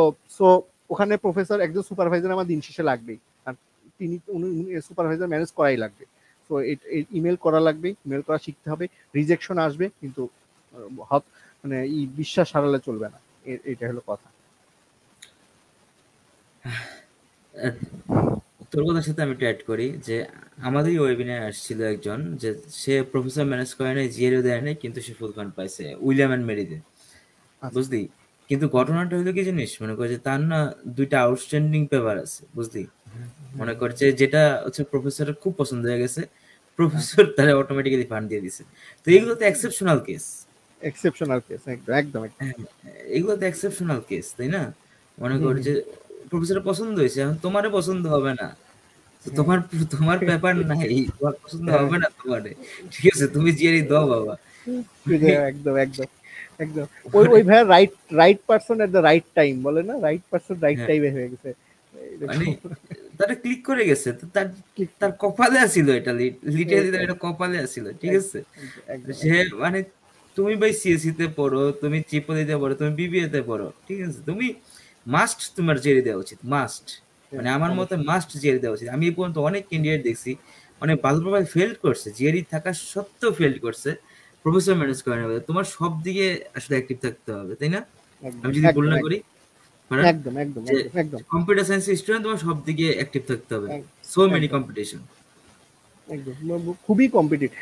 মানে হলো সিএস এর অবস্থাটা হয়েছে কি ভাইয়া, মনে করেন হলো আমি সিভিলে পিএইচডি করতে যাচ্ছি, তো সিভিল গ্রাজুয়েটরা অ্যাপ্লাই করে, হয়তো ডাব্লিউআরই আর এইসব বিসিএম অল্প কিছু মানুষ সিভিল এমএনডি অ্যাপ্লাই করে।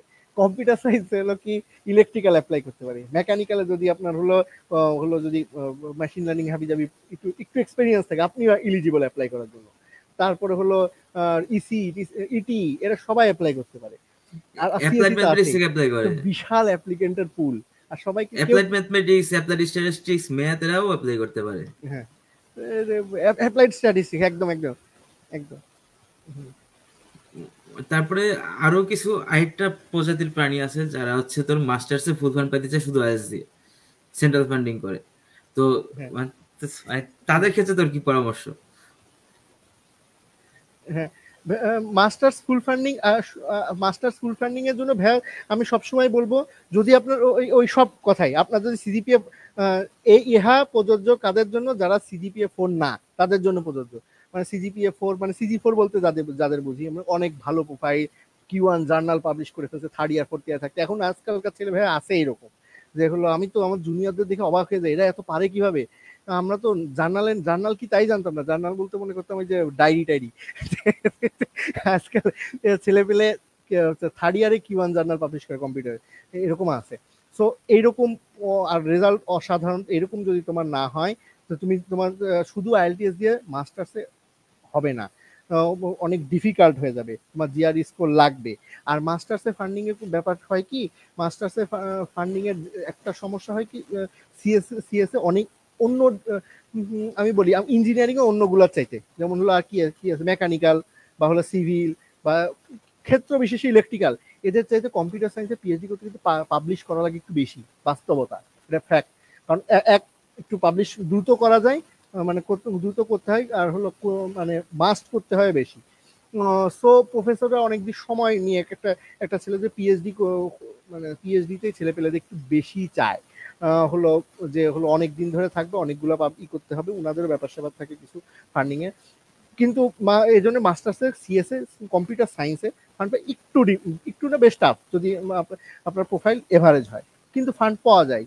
পাওয়া যাওয়ার ক্ষেত্রে কি করতে হবে আপনাকে, আপনি যদি মনে করে রাখেন আমি না, আমি হলো হলো আমার রেজাল্ট 3.2, খুবই ভালো সিজিপিএ, বেশ ভালো সিজিপিএ 3.2, কিন্তু আমি হলো একবারে হলো কোথায়, আমি হলো ফ্লোরিডা ইন্টারন্যাশনাল এফআইইউতে আমি হলো ফুল ফান্ডেড মাস্টার্সে যাব, আপনাকে দিবে না, কারণ ফ্লোরিডা ইন্টারন্যাশনাল ইউনিভার্সিটিতে পিএইচডি প্রোগ্রাম আছে, ওগুলাতে ওরা ফান্ড দেয়, মাস্টার্স আপনাকে দিবে না। তো আপনাকে এমন এমন ভার্সিটি খুঁজতে হবে যেখানে এখনো পিএইচডি প্রোগ্রামটা কম্পিউটার সায়েন্সে চালু করে না। অনেক ভালো ভালো ইউনিভার্সিটি আছে, যেমন অনেক ইঞ্জিনিয়ারিং এর সাবজেক্টের জন্য বিখ্যাত, যেমন একটা উদাহরণ দিয়ে দিই, লুইজিয়ানা টেক, খুব নাম করা ইউনিভার্সিটি, এর ম্যাটেরিয়াল সায়েন্স, মেকানিক্যাল, সিভিল টিভিল এইসবের জন্য খুব ভালো ইউনিভার্সিটি, কিন্তু এর সিএস প্রোগ্রামে পিএইচডি নাই, মাস্টার্স।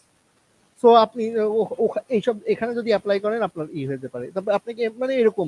তারপর একটা আছে টেক্সাসের টাইলার, ইউনিভার্সিটি অফ টেক্সাসের টাইলার, এইরকম ইউনিভার্সিটি যেমন মাস্টার্স প্রোগ্রাম নাই, Texas Rio Grande Valley, Columbus, state আছে, তারপর গ্র্যান্ড ভ্যালি স্টেট ইউনিভার্সিটি এখনো পিএইচডি প্রোগ্রাম ওপেন করে না, তার রিসার্চ বেস মাস্টার্সই আছে, তার মানে ওই ডিপার্টমেন্টে টার্মিনাল ডিগ্রি। যেমন লুইজিয়ানা টেকের কিন্তু মেকানিক্যাল আর ম্যাটেরিয়াল সায়েন্সে পিএইচডি নাম করা। এই যে নাসার কিছুদিন আগে জাবেদ পারভেজ নামে কুয়েটের এক ভাইয়ের হলো ইন্টারভিউ প্রথম আলোতে ছাপাইলো। ভদ্রলোক নাসার স্পেস স্যুট যাকে বলে, মহাকাশচারীরা যেগুলো পরে ওই স্যুটের ডিজাইনে কাজ করতেছে, ওইগুলাতে লুইজিয়ানা থেকে উনি করতেছেন। সো এগুলো অনেক ভালো, কিন্তু এই সিএস ডিপার্টমেন্টের পিএইচডি নাই, সিএসডি ডিপার্টমেন্টে এখনো পিএইচডি তৈরি করে মাস্টার্সি টার্মিনাল। সো আপনি এমন এমন ইউনিভার্সিটি খুঁজে বের করতে হবে যেখানে হলো পিএইচডি নাই, আর হলো সেই জায়গায় আপনাকে অ্যাপ্লাই করতে হবে। তবে আমি বলে রাখি, ফুল ফান্ডেড পজিশন জিআরই ছাড়া অনেক টাফ, এক্সট্রিম টাফ। যদি না আপনার হলো 2-3টা Q1 জার্নাল থাকে, আপনি আউট, ওই যে আমাদের এক কলিগ ছিল হলো সিগন্যালস কাপ বিজয় করছে এইরকম, তারপরে আরেকজন নিপসে পাবলিশ করছেন, ওই যে ন্যাচারাল ল্যাঙ্গুয়েজ প্রসেসিং এ খুব বড় কনফারেন্স এই ধরনের। তারপরে তার সিজিপিএ 3.8 3.7 এইরকম যদি না থাকে, তাহলে আপনার জন্য জিআরই মাস্ট, প্লিজ দেন, জিআরই না দিলে হবে না। মানে আপনি খামাখা অ্যাপ্লাই করে থাকবে, আপনাকে অ্যাডমিশন অফার লেটার পড়ে থাকবে, কিন্তু আপনার ফান্ড থাকবে না। ফান্ড না থাকলে মানে যাওয়া একটু ডিফিকাল্ট হয়ে যায়। এম্বাসিও বিভিন্নভাবে আপনাকে অনেকভাবে চেক করে, বিভিন্ন সমস্যায় পড়বে। আমি বলবো আপনারা সবাই যারা দেখতেছে তারা সবাই অনেক বেশি কোয়ালিফাইড ক্যান্ডিডেট। খামাখা অলসতা করে না, খুব কঠিন, ভাল লাগে না, আমি বুঝি না। জিআরই ম্যাথ খুবই এক্সট্রিম কি টাফ না, যে চাইতে টাফ ম্যাথ আপনারা করেন নাই? অবশ্যই করছেন, আপনার ক্যালকুলাস ইন্টারে করে আসছেন, আপনার ডিফারেন্সিয়াল ইন্টিগ্রাল ইকুয়েশন করছেন, লাপ্লাস থিওরি, আপনার সিভিল মেকানিক্যাল হলে লাপ্লাস থিওরি এগুলো করছেন, কেমিক্যাল ইঞ্জিনিয়ারিং সিভিল এগুলো হলে আপনার লাপ্লাস, ফুরিয়ার ট্রান্সফর্ম, হাবিজাবি, এগুলো জটিল জটিল বিষয়, এগুলো আপনারা পারেন। জিআরই ওই অঙ্ক পারবো না কেন? জিআরই একটু ভারবার লেগে থাকা। আর জিআরই আরেকটা জিনিসও টেস্ট করা হয়, আপনি দেখেন মানে এই গ্র্যাড লাইফ যারা ভাইয়া ভাইয়া ভালো বলতে পারবে, উনি আমার সাথে এগুলো ভালো বুঝবে। গ্র্যাড লাইফ একটা গ্রাইন্ডিং প্রসেস, আপনি লেগে থাকতে, ধৈর্য ধরে লেগে থাকতে হবে, তারপরে হয়তো আউটকাম পাবেন। তো এইসবের জন্য এই জিআরই কিন্তু এটারও একটা টেস্ট, আপনি যে দীর্ঘদিন আপনার গ্র্যাড স্টুডেন্ট লাইফ মানে কন্টিনিউ ভালোভাবে করতে পারবেন কিনা, আপনার লেগে থাকার অ্যাবিলিটি আছে কিনা, সেটাও কিন্তু জিআরই দিয়ে যাচাই করা হয়। তো জিআরই ছাড়া খুব ডিফিকাল্ট হয়ে যাবে। তো জিআরই ভালো একটা ডিসেন্স স্কোর কম্পিউটার সায়েন্সে যদি অ্যাপ্লাই করতে চায় 315 আপ বর্তমানে, এককালে ছিল 310 হলে হয়তো, এখন 315 আপ ছাড়া আপনার কিন্তু ফুল ফান্ডেড অনেক কম্পিটিশন। সারা চাইনা অ্যাপ্লাই করে, সারা ইন্ডিয়া অ্যাপ্লাই করে, সারা আমি বাংলাদেশের তো বোঝেনি প্রচুর অ্যাপ্লিকেন্ট করে। তো আপনি স্কোর ভালো তোলেন, আইএলস ভালো দেন, প্রফেসরদেরকে রিচ করেন, অবশ্যই প্রফেসর মেল করেন, রিপ্লাই ধরেই রাখবেন, রিপ্লাই দিবে না। এখন রিজেকশন মেনে নিতে শিখতে হবে, রিজেকশন মেনে না নিতে হবে না। আপনি অ্যাপ্লাই করেন, আর এমন এমন ভার্সিটি খুঁজবেন যেখানে আপনার দেখবেন হলো মাস্টার্সের ফান্ড দেয়, এরকম একটু খোঁজ নিয়ে দেখবেন। বা পিএইচডি প্রোগ্রাম নাই কিন্তু রিসার্চ এমএস প্রোগ্রামটা, রিসার্চ বেস এমএস প্রোগ্রামটা বেশ ভালো, সেখানে অ্যাপ্লাই করেন, সেখানে করলে অবশ্যই আসবে। আচ্ছা, তোর জন্য একটা কমেন্ট বক্সে একটা কোশ্চেন আছে, দেখ। 5 থেকে 7 বছর নিয়ে পিএইচডি করা ভালো নাকি 2 বছর সময় নিয়ে মাস্টার্স করা? হ্যাঁ, এটা খুব যে এক সেলিব্রিটি ভাইয়ার লেখার পরে থেকে এটা খুব হয়েছে যে পিএইচডি করার দরকার নেই, মাস্টার্স করলে হয়ে যায়। পিএইচডি করার কিছু বেনিফিট আছে, এগুলো ভাইয়া আপনি আমার সাথে 1000 গুণ ভালো বলতে পারবেন। যে আপনার যদি মাস্টার্স করে আপনার টার্গেট কি, আপনি যদি টার্গেট করেন যে আমেরিকায় সেটেল হবেন, হলো এই ধরনের করতে থাকবেন, আপনার গ্রিন কার্ড লাগবে, মানে পিআর যাকে বলে, কানাডা যারা আগ্রহী থাকে তারা পিআর বলে। পিআর মানে গ্রিন কার্ড, এটা যারা পিএইচডি করবে, স্পেশালাইজ ডিগ্রি, ভাইয়া ভালো করে বলতে পারবে এগুলা। যারা করে, আপনার যদি পাবলিকেশন থাকে, রিসার্চে ভালো রিসার্চ আউটপুট থাকে, তারা ন্যাশনাল ইন্টারেস্ট ওয়েভার পায়, আপনার গ্রিন কার্ডটা খুব দ্রুত হবে। আর না হলে আপনার মাস্টার্সে মনে করেন আপনি বাংলাদেশি, আপনার ভালো কানেকশন না থাকলে, ভালো জব এক্সপিরিয়েন্স না থাকলে, ভালো টেকনিক্যাল স্কিল না থাকলে চাকরি পাওয়া কিন্তু টাফ। আর যদি চাকরি না পান, দেশে ব্যাক করে দিয়ে, পুশ করে দিয়ে, ফের আইস আসবে, এসে বলবে বাবা বাড়ি যাও। এরকম তো বুঝলি, মনে করছে ফারহান, দেখ, মানে কিছু মানুষ কিছু এক্সট্রাঅর্ডিনারি হয়, এবং সেই এক্সট্রাঅর্ডিনারি বিষয়টা মানুষের মোটিভেশন দেওয়ার জন্য হয়তো বা লিখে সামাজিক যোগাযোগ মাধ্যমে, বা এরকম এক্সট্রাঅর্ডিনারি মানুষ তো আছে, তাই না দুনিয়া? এখন যখন ম্যাঙ্গো জনগণ মনে করে যে এই নিজেরাই এক্সট্রাঅর্ডিনারি ভাবা শুরু করে, তখন তাদের জন্য একটা বিপদ, খুব বড় টোটালি ধরনের বিপদ। ঠিক আছে, মনে কর যে একটা বিষয় আমি বলি যে যদি মাস্টার্স আর পিএইচডি মধ্যে আলাদা করতে চাই আমি, তো অ্যাজ ইউজুয়ালি স্ট্রেস কম তো মাস্টার্স, এটা খুবই স্বাভাবিক, স্ট্রেস তো মাস্টার্স কমই। একদম মনে কর একদম। যে এজ এ পিএইচডি স্টুডেন্ট আমার যেই গরম তেলে বাজা হবে, এটা যদি যদি temperature 500 degree, master student 200 degree গরম তেলে বাজা হবে, তাই না? হ্যাঁ এজ হ্যাঁ এজ হ্যাঁ। ইউজুয়ালি এটা স্ট্রেস কমই। এখন একজন ধর তার তার মাস্টার্স দিয়ে সে ভালো একটা জব পাইছে, জবে সে অনেক ভালো করছে, তো দেন ডে বাই ডে মনে করছে যে তার লাইফটা খুবই স্মুথলি আগাইছে। এখন তুমি মনে করছে, ধর আমি আর একটু এক্সাম্পল যদি টান দিয়ে বলি, মনে করছে এক একটা সময় তাকে একটা ডেডিকেশন দেওয়া লাগে, যেমন মাস্টার্সে সে লেখাপড়া করছে, মাস্টার্সে সে এমন ডেডিকেশন দিয়েছে, মাস্টার্স থেকে একটা আউটস্ট্যান্ডিং পেপার পাবলিশ হয়ে গেছে, এবং তারপর সেটা ভালো একটা জব পাইছে। এখন তুমি কদমিয়া তোমার তো নাও হইতে পারে, তাই না? একদম একদম একদম। ঠিক আছে, একজনে হয়ে গেছে, করতে পারছে, এখন তুমি কদমিয়া তোমার নাও হইতে পারে, তাই না? বিষয়টা যে মানে ট্রেন্ডের সাথে ফলো করে এখন যেভাবে মনে করে আমি দেখতেছি যে মানে মানে পিএইচডি পিএইচডি না মাস্টার, সেটা শুধু মেইন কোশ্চেন মানে দাঁড়াইছে। কোশ্চেন দাঁড়ানো উচিত আমি নিজে জিআরই দিছি কিনা, আমি নিজের জিআরই স্কোর আছে কিনা, একদম আমার নিজের আইএলটিএস একদম স্কোর আছে কিনা, আমার নিজের পাবলিকেশন আছে কিনা, আমি আমার একদম। ইউনিভার্সিটি গুলো খুঁজে বের করছি কিনা, আমি যে জায়গায় অ্যাপ্লাই করবো এগুলোর জন্য এসওপি লিখছি কিনা, আমি এলোর জন্য রিকমেন্ডার ম্যানেজ করছি কিনা। না, এগুলোর ভিতরে না, এগুলো হচ্ছে মেইন কোশ্চেন ক্যান্ডিডেটদের জন্য। তাদের কোশ্চেন একদম আসছে একদম। কি, সে পিএইচডি না মাস্টার্স করবে। মাস্টার হ্যাক করবে মানে এগুলা। মানে এটা এগুলা মানে এটা যখন এই ধরনের কোশ্চেন আসে তখনই আমি ধরে নিই যে সে পটেনশিয়াল ক্যান্ডিডেট না, তার আসল ভাইয়া, জায়গাগুলো এগুলো আগে ঠিক করা আছে। হুম। একদম একদম হ্যাঁ। এইটার আমি আপনার সাথে অ্যাড করি। এইটা আমাকেও ভুগাইছে। সমস্যা হয় কি, অনেক ইম্পর্টেন্ট মানুষজন যখন এগুলা নিয়ে বলে যে হলো না পিএইচডি তোমাদের দরকার নেই, তখন আমাদের একটু চিন্তা করা উচিত না যে উনি তো নিজে তারা উনি না কাউকে উনারা তো নিজেরা করছে। এত খারাপ যদি হয় উনারা করছে কেন? এটার একটা হইতে পারে যে তাই সবার করার দরকার কি, এত প্রেশার নিয়ে দরকার কি? আমরা আমরা এক্সেপশনাল, আমরা করি, তোমরা বাড়ি যাও, তোমরা বাবা মাস্টার্স দিয়ে করো, তোমাদের এগুলো লাগবে না, আমরা পারবো, আমরাই করি, এইরকম মেন্টালিটি যদি নিয়ে তারা বলেও থাকতে পারে, এটা আমাদের চিন্তা ভাবনা রাখা উচিত। তো এখন কথা হলো এই সমস্যা ভাই কিছুই না, এটা হলো মাথার ভিতরে একটা ঢুকায় দেয় অনেক ভালো ক্যান্ডিডেট আমারও। আমি তো যাইতেছি প্রথমেই যদি আমি মানে ওই সুবিধা খুঁজি একটা বিদেশ বিভূতিতে, প্রথমেই যদি আমার মাথায় দৃষ্টিভঙ্গি ছোট করে দেওয়া হয়, না আমি পারবো না, এই আমার দ্বারা হবে না, তাহলে তো আমি মনে করি যে বলেন না, shoot for the stars, if you miss if you hit the moon. মানে আমি হুম। তাদের দিকে হিট করলে, তুমি যদি শুট করো, তুমি যদি মিস হয়ে যায়, তুমি অ্যাটলিস্ট তাদের তো পৌঁছে যাবাই। কিন্তু যদি তুমি হুম। চাঁদের দিকে হিট করো, হাইয়েস্ট যদি হিট করো চাঁদে, তাহলে তো মিস করলে তো পৃথিবীতে এসে পড়বে, কারো ঘাড়ে এসে পড়বে গুলি টুলি। তো এইটা লোক টার্গেট বড় রাখা উচিত, নিজের উপর একটু বিশ্বাস রাখা উচিত। তা না হলে অমুক না, ভাইয়া নিজের উপর বেশি বললো। বিশ্বাস সমস্যা, নিজের উপর বেশি বিশ্বাস সমস্যা। বর্তমানে ইন্ডিয়াতে আমি নিজের উপর বেশি বিশ্বাস দেখি, এটা সমস্যা, যে নিজের উপর বেশি বিশ্বাস সমস্যা। জেনজি ভাইয়া। হ্যাঁ, অতিরিক্ত বিশ্বাস সমস্যা আসলে। আহ, মানে আজকে সিএসসি নিয়ে কথাবার্তা কইতেছি, এই কারণে এই কথাগুলো কইতেছি। এটা কিন্তু আমি কেমিস্ট্রি ফিল্ডের জন্য বলবো না, এটা না কিন্তু আমি না, ফিজিক্স ফিল্ডের জন্য বলবো না, এটা কিন্তু ওরা আমি নর্মাল ম্যাথ। যথেষ্ট ম্যাচিউর। হ্যাঁ, প্লাস হচ্ছে ওদের অনেকের জেরি লাগে না, এটা সত্য। যেমন আমি আমার কেমিস্ট্রি দেখতেছি, অনেক স্টুডেন্ট জিআরই ছাড়া আসতেছে, ঠিক আছে, এটা লাগে না, এটাও সত্য, লাগে লাগে না।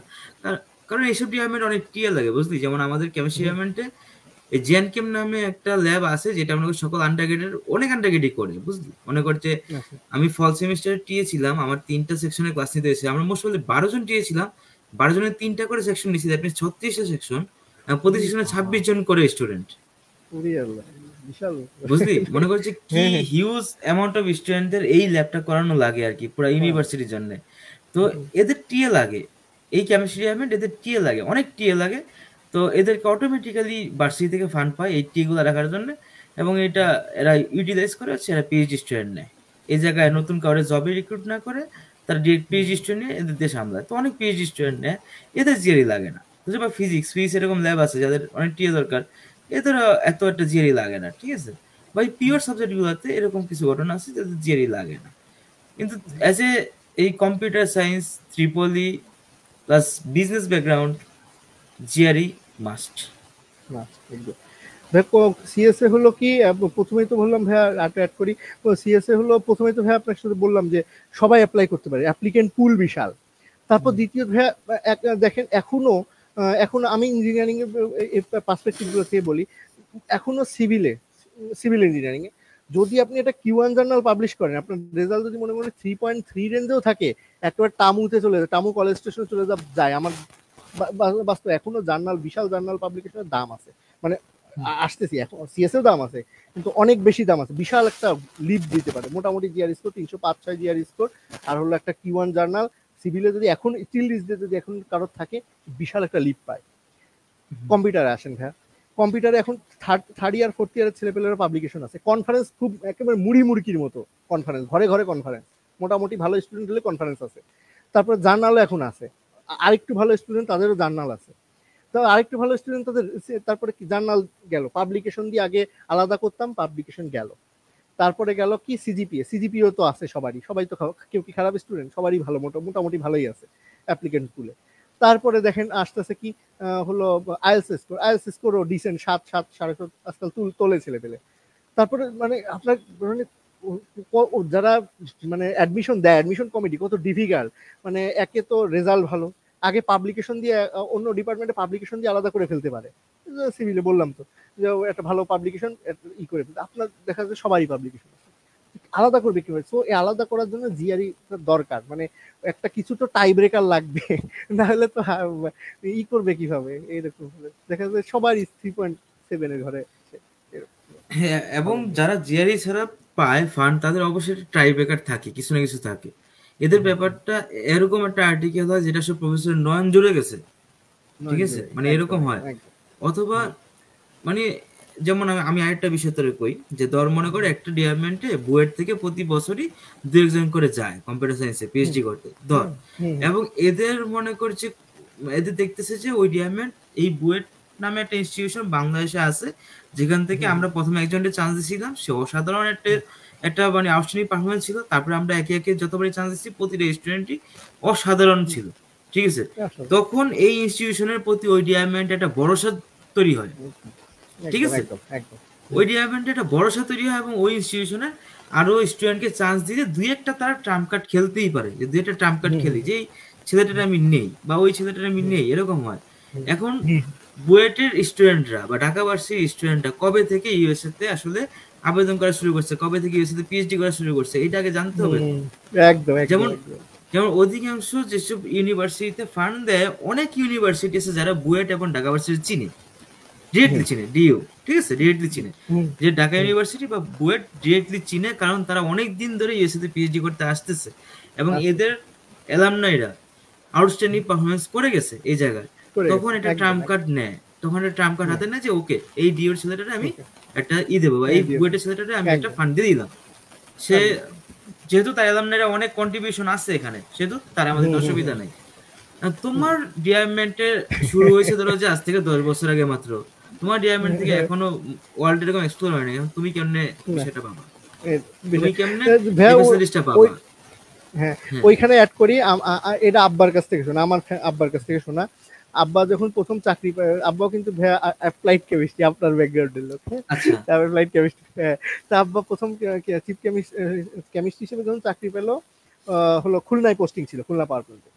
সো ওখানে উনার ব্যাচেলাররা তো যে রুম পাশে রুমে থাকে, ব্যাচেলার কোয়ার্টারে উনি গল্প করে, সে আজকে 1984 সালের কাহিনী। 84 সালে বুয়েটের এক ছেলে ইলেকট্রিক্যাল অ্যাসিস্ট্যান্ট ইঞ্জিনিয়ার পোস্টে জয়েন করছে ওনার সাথে। সে ওই মানে অন্য সবাই গল্প টল্প করে, ইটি করে গল্প। ওই ছেলে বিসিএস এর পড়া পড়ে অনেকে, বিসিএস এখন বিসিএস তো সবাই এখনো ক্রেজ আছে। তো ওই ছেলে বিসিএস না, ওই জিআরইর বই পড়ে। আব্বা তো জিআরই জানতো না, সেটা আসলে এখন জিআরই খুবই কমন ওয়ার্ড মনে হতে পারে, সেই জিআরই কি, এটা কি, যে জিজ্ঞেস করতে, ভাই আপনি করেন কি? বিসিএস এ পড়া পড়তেছে। না, আমি জিআরই পড়তেছি। জিআরই বললো, জিআরই কি? বললো যে এটা ওই যে ইউএস এর অ্যাডমিশন টেস্ট, ইউএস এ যাইতে গেলে লাগে। সেই 1984 সালে যখন ইউনিভার্সিটি, আব্বার রাজশাহী ইউনিভার্সিটিতে পাস করা, সে কিন্তু ভালো ভার্সিটিতে সেই আমলে পড়ছে, তাই না? তারা নামই সরে যায়, তখন থেকে তারা জিআরই দিতেছে, তারে ওই অ্যালামনাই গেছে, তারপরে জেনারেশন গেছে, তারপরে জেনারেশন গেছে, ওদের সবাই খুবই ইউজফুল, সবাই ভালো ভালো করছে। চিন্তা করেন তাদের মানে ডেপথ কত, তাদের বিশাল অবস্থা। এখন এখন মনে করছে আরো আরো একটা মনে করছে কেস বলি, মনে করছে কোন একটা ইউনিভার্সিটিতে মনে করে বুয়েট বা ডিউর অ্যালামনাইরা আগে প্রচুর ভালো করে গেছে, এখন এবছর ডিউ বা বুয়েট থেকে তারা কোনো অ্যাপ্লিকেশন পায় নাই, ঠিক আছে, তখন তখন ফার্দার তারা চিন্তা করে এটা বাংলাদেশের ফান্ড দিই, দেন তারা ফার্দার যাচ্ছে দেশে, যদি ওই ইনস্টিটিউশনে না পায় অন্য ইনস্টিটিউশনে বাংলাদেশ থেকে অ্যাপ্লাই করছে, হ্যাঁ বাংলাদেশি ছেলেরা তো আমার এখানে ভালো করে গেছে, তখন তারা একটা ফান্ড দিই। কিন্তু তুমি অ্যাপ্লাই করছো বাংলাদেশের ইনস্টিটিউশন থেকে, আরেকজন তাদের অ্যালামনাইরা এখানে অনেক ভালো করে গেছে তারা অ্যাপ্লাই করছে, তারা তো অবশ্যই ফ্যাসিলিটিস পাবে, তাই না বিষয়টা?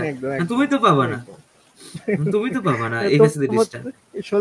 সোজা কথা, তোমার সিজিপিএ তো 3.7 হয় আর ওর সিজিপিএ 3.7 হলে ওরে আগে দিবে, তোমার পরে দিবে, এইটা শুধু শুধু তাই না, শুধু তাই না, আরো বিষয় আছে। তোমার সিজিপিএ 3.7 তার 3.6 একটু কাছাকাছি, তারই বিশ্বাস করবে বেশি বেশি, একদম একদম একদম।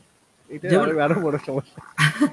আমার ডিপার্টমেন্টের যদি একটা সুন্দর একটা কেস কই, এই লাস্ট ইয়ার সম্ভবত একজন ডিওর ফার্মাসির টিচার পিএইচডি করে গেছেন, মানে সে অনেক ভালো কাজ করছে, ল্যাবে অসাধারণ কাজ করছে, মানে মানে তার নামে এরকম গল্প আছে যে সে ল্যাবে কাজ করতে করতে অজ্ঞান হয়ে গেছিল, তারপরে ওই ওই তার অ্যাম্বুলেন্সে তারা নিয়ে গেছে, মানে এই ডেডিকেটেড, এই লেভেলের ডেডিকেশন ছিল তার।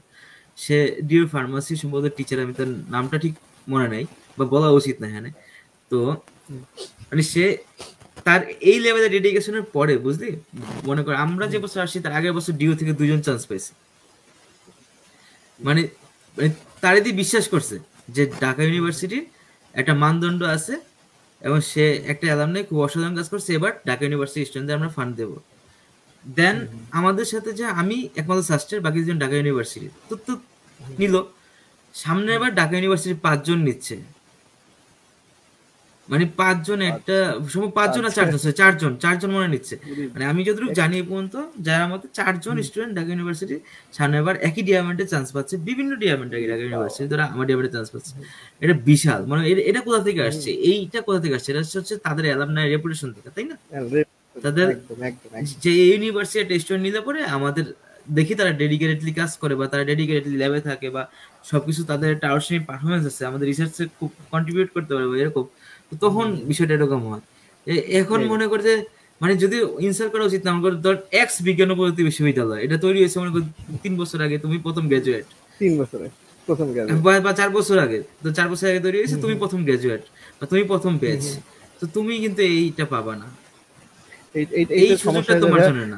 হ্যাঁ একদম হলো ছেলেপেলে মানে শুধু সিজিপি দিয়ে শুধু যারা এই যে জিআরই ওয়েবের কথা বলতেছে ভাইয়া, তারা মানে জিআরই ছাড়া অ্যাপ্লাই করবো, তারা শুধু সিজিপিএটাই দেখতেছে, মনে করেন হলো তার বাকি আর কিছু দেখতেছে না, শুধু মনে করতেছে ও সিজিপিএতে তো আমার তো আশপাশ দিয়ে যায়, এই যে আপনি যেটা বললেন, কিন্তু হলো ওই যে আপনি কিন্তু ভাই তোমার তো কেউ যায় নাই, তুমি প্রথম যাইতেছো, তোমার তো তুমি বেশি উপরে অ্যাপ্লাই করলে তো তোমার প্রথমেই রিজেক্ট।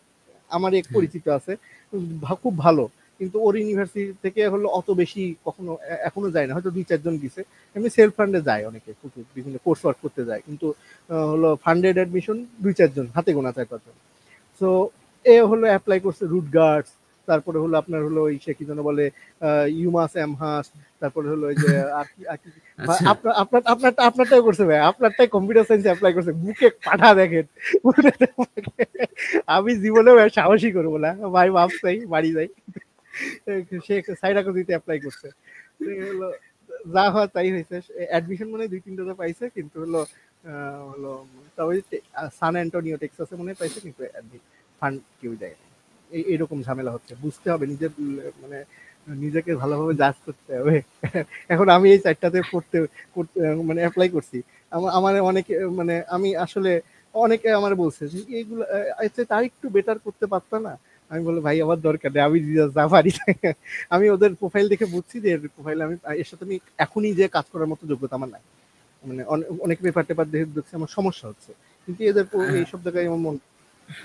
আরো একটা ফ্যাক্টর আছে, যেমন মনে করি যে বলি যে এগুলো কখনো বলি নাই আমি, আরো একটা ফ্যাক্টর আছে এরকম যে স্টেট একটা ম্যাটার করে, যে তুমি কোন স্টেটে যাইতেছো, তোমার প্রোফাইলের সাথে এরকম মিলে দেখা উচিত যে আমি যে প্রোফাইল আমার, এতে আমি আসলে কোন টাইপের কোন ধরনের স্টেট গুলো আমার টার্গেট করা উচিত। এখন তোমার প্রোফাইল একটা মিডিয়াম রেঞ্জে আছে, তুমি new York city university target করলে তোমার হবে না, এখানে কম্পিটিশন বেশি, তাই না? বা নিউ জার্সি, হ্যাঁ জার্সির স্টেটটা টার্গেট করলে হবে না। এই যে রাটগার্স, নিউ জার্সি একদম শহরে, ঠিক আছে। শহর। এখানে হ্যাঁ হ্যাঁ এখানে ইও বেশি, লিটলি রাটগার্স থেকে আমি রিজেক্ট খেয়েছি পরপর 2 বার, মানে তাহলে চিন্তা করে আপনার এত মোবাইল থাকা সত্ত্বেও রিজেক্ট, তাহলে বোঝেন ওর বুকের পাঠা কত ঠিক আছে বিএফসি মনে দিয়ে করছি, ধাম। মানে পরপর 2 বার ট্রাই করছি আর কি, বুঝলি। মানে রাটগার্স আমার মানে ইচ্ছা ছিল যে তুমি একদম নিউ জার্সির পান ক্যান্ডে তো রাটগার্স, তাই না? বা মনে কর যে NJIT, New Jersey institution of technology, মানে হ্যাঁ হ্যাঁ বা এই টাইপের ইউনিভার্সিটি গুলো মনে কর যে মানুষ জানে কি এমআইটি, হার্ভার্ড, আইভি লিগ এগুলো জানে, কিন্তু এর বাইরেও কিছু কেস তো আছে, তাই না? এই যে রাটগার্স, অবশ্যই। হ্যাঁ হ্যাঁ এনজেআইটি, তোর তোর তুই স্টোনি বুক, তুই আরো মনে করে যে এই যে ইউমাস বোস্টন তুই বললি, তো এই হ্যাঁ সব ইউনিভার্সিটি গুলো তো তারা মানে একটু লেভেল মেনটেন করে। তো হুম হুম। ইউনিভার্সিটি সিলেকশন যে কত বড় একটা কিছু আবেদনের খুবই সময়। খুবই যেমন আমি আমি আজকে আমার দরজে আমি একটা চাকরিতে যদি আবেদন করি, অবশ্যই আমি দেখবো কি প্রতিটা মানুষ কিন্তু এই প্যারামিটারটা মেনটেন করে যে আমার অ্যালামনাই আছে কিনা এখানে, হুম, তাই না? একদম একদম একদম দেখ একদম একদম। দেখ তুই যখন মনে কর চাকরিতে আবেদন যদি করে থাকোস বা যদি কেউ করে থাকে, তুই হুম জানবি যে তারা আগে খেয়াল করে হুম অ্যালামনাই আছে কিনা। আছে অ্যালামনাইডে হুম তো মানুষজন যেটা মনে করে অ্যালামনাইডে ধরে মরে চাকরি পেছে না, ধরে মরে কেউ চাকরি পায় না। হ্যাঁ, অ্যালামনাইডে জিজ্ঞেস করে যে যে ভাই এখানে ওই বস কি পছন্দ করে, বা এখানে আমার কোয়ালিফিকেশনটা আছে কিনা, আমি চাকরি পাবো কিনা, এই সেই মেয়ে। একদম। এটাও না একটা চাকরি, এই ফুল ফান্ডও না একটা এটা চাকরি। এখানে উচিত হচ্ছে কি চাকরি তোর মনে কর আমার অ্যালামনাইটা কই আছে, আমি আগে একটু তাদের সাথে রিচ করি। একদম। হ্যাঁ, হুম হ্যাঁ, অনেক ইউনিভার্সিটি হয়তো অ্যালামনাই নাই, কিন্তু অনেক ইউনিভার্সিটি অ্যালামনাই আছে এবং তারা রিচ করে না। অনেক ইউনিভার্সিটি হয়তো বা নাই, তো যাদের আছে নাই। তারাও রিচ করে না। ঠিক আছে, হুম মনে কর তুই আজকে যদি নেক্সট টপিকে সার্চ দিস, মনে কর তোর কম্পিউটার সায়েন্স লিখে, তোর কিন্তু অনেকগুলো প্রোফাইল তুই পাবি। যে বিষয় ইন্টারভিউ কম্পিউটার সায়েন্স হুম থেকে যদি সার্চ দিস, তুই কিন্তু অনেকগুলো প্রোফাইল পাবি যে হুম বিগত হুম, বছরে কম্পিউটার সায়েন্স থেকে গেছে বাংলাদেশে। তোর তোর ইউনিভার্সিটি অ্যালামনাই নাই, ভালো কথা, বাংলাদেশ হুম, অ্যালামনাই তো আছে। অবশ্যই হ্যাঁ। নেক্সট টপিকে গিয়ে সার্চ দে, দিলে দিলে তো তুই পাবি, তাই না? মানে এই হুম মানুষগুলো হুম পাবি। এখন এখানে তুই মানুষ পেলি ধর 30 জন, 30 জনে তুই নক হুম দিলি। আচ্ছা, 30 জনের নক দেওয়ার দরকার নেই, তুই 30 জনের প্রোফাইল দেখতেছিস, যে প্রোফাইলটা এরকম ছিল, সেই ইউনিভার্সিটি চান্স পাইছে, এই জায়গাতে পাইছে, দেখতেছিস, নোট হুম করে ফেলো। হুম তখন হুম তুমি নোট করে ফেলো যে আমি এই প্রোফাইলে এই ইউনিভার্সিটিতে এই ইউনিভার্সিটিতে চান্স পাইছে সে এত সালে, নোট করে ফেলি। ঠিক আছে, হুম হুম। দেন প্রত্যেকজনের নক দাও। যদি যদি ইমেল থাকে তার থেকে পাও, তাহলে ইমেলের এটা ইমেল করো, অথবা তার ফেসবুকে যদি নক দিতে হয়, এটা হুম হুম প্রফেশনাল নক দাও। তুই জানিস না, মনে কর যে আমি আজ পর্যন্ত মানে রেগুলারলি মনে কর যে এসএমএস পাই হাই ফেসবুক। হ্যাঁ হ্যাঁ, তো মনে করেছি ফেসবুকে মেসেজ রিকোয়েস্টে ভরে যায়, আমি কিন্তু রিপ্লাই দিতে পারি না, কারণ কি জানো, অধিকাংশ মেসেজ হাই, হ্যাঁ, হ্যালো, কথা কথা বলা যাবে, কাটা বলা যাবে। আপনার একটু হেল্প লাগবে, মানে এই টাইপের এসএমএস এ তো কেউ রিপ্লাই দিবে না। তোমার না কি স্পেসিফিক কি চাও, কি জানতে চাও, একদম। টোটালটা স্পেসিফিক ভাবে একটা ইমেলের মতো করে লিখো। প্রতিটা মানুষের টাইমের একটা প্রয়োজনীয়তা আছে, টাইমের একটা দাম আছে। হুম ঠিক হুম আছে, আর তুমি ভাই আমি উচ্চশিক্ষায় আমেরিকা যেতে চাই, হেল্প নিডেড, হুম। তো এসব বলে তো আসলে কেউ কেউ হয় দিবে না না, তো, তাই না? এসব বলে তো কেউ তোমার দেবে সাথে না। কথা বলবে না।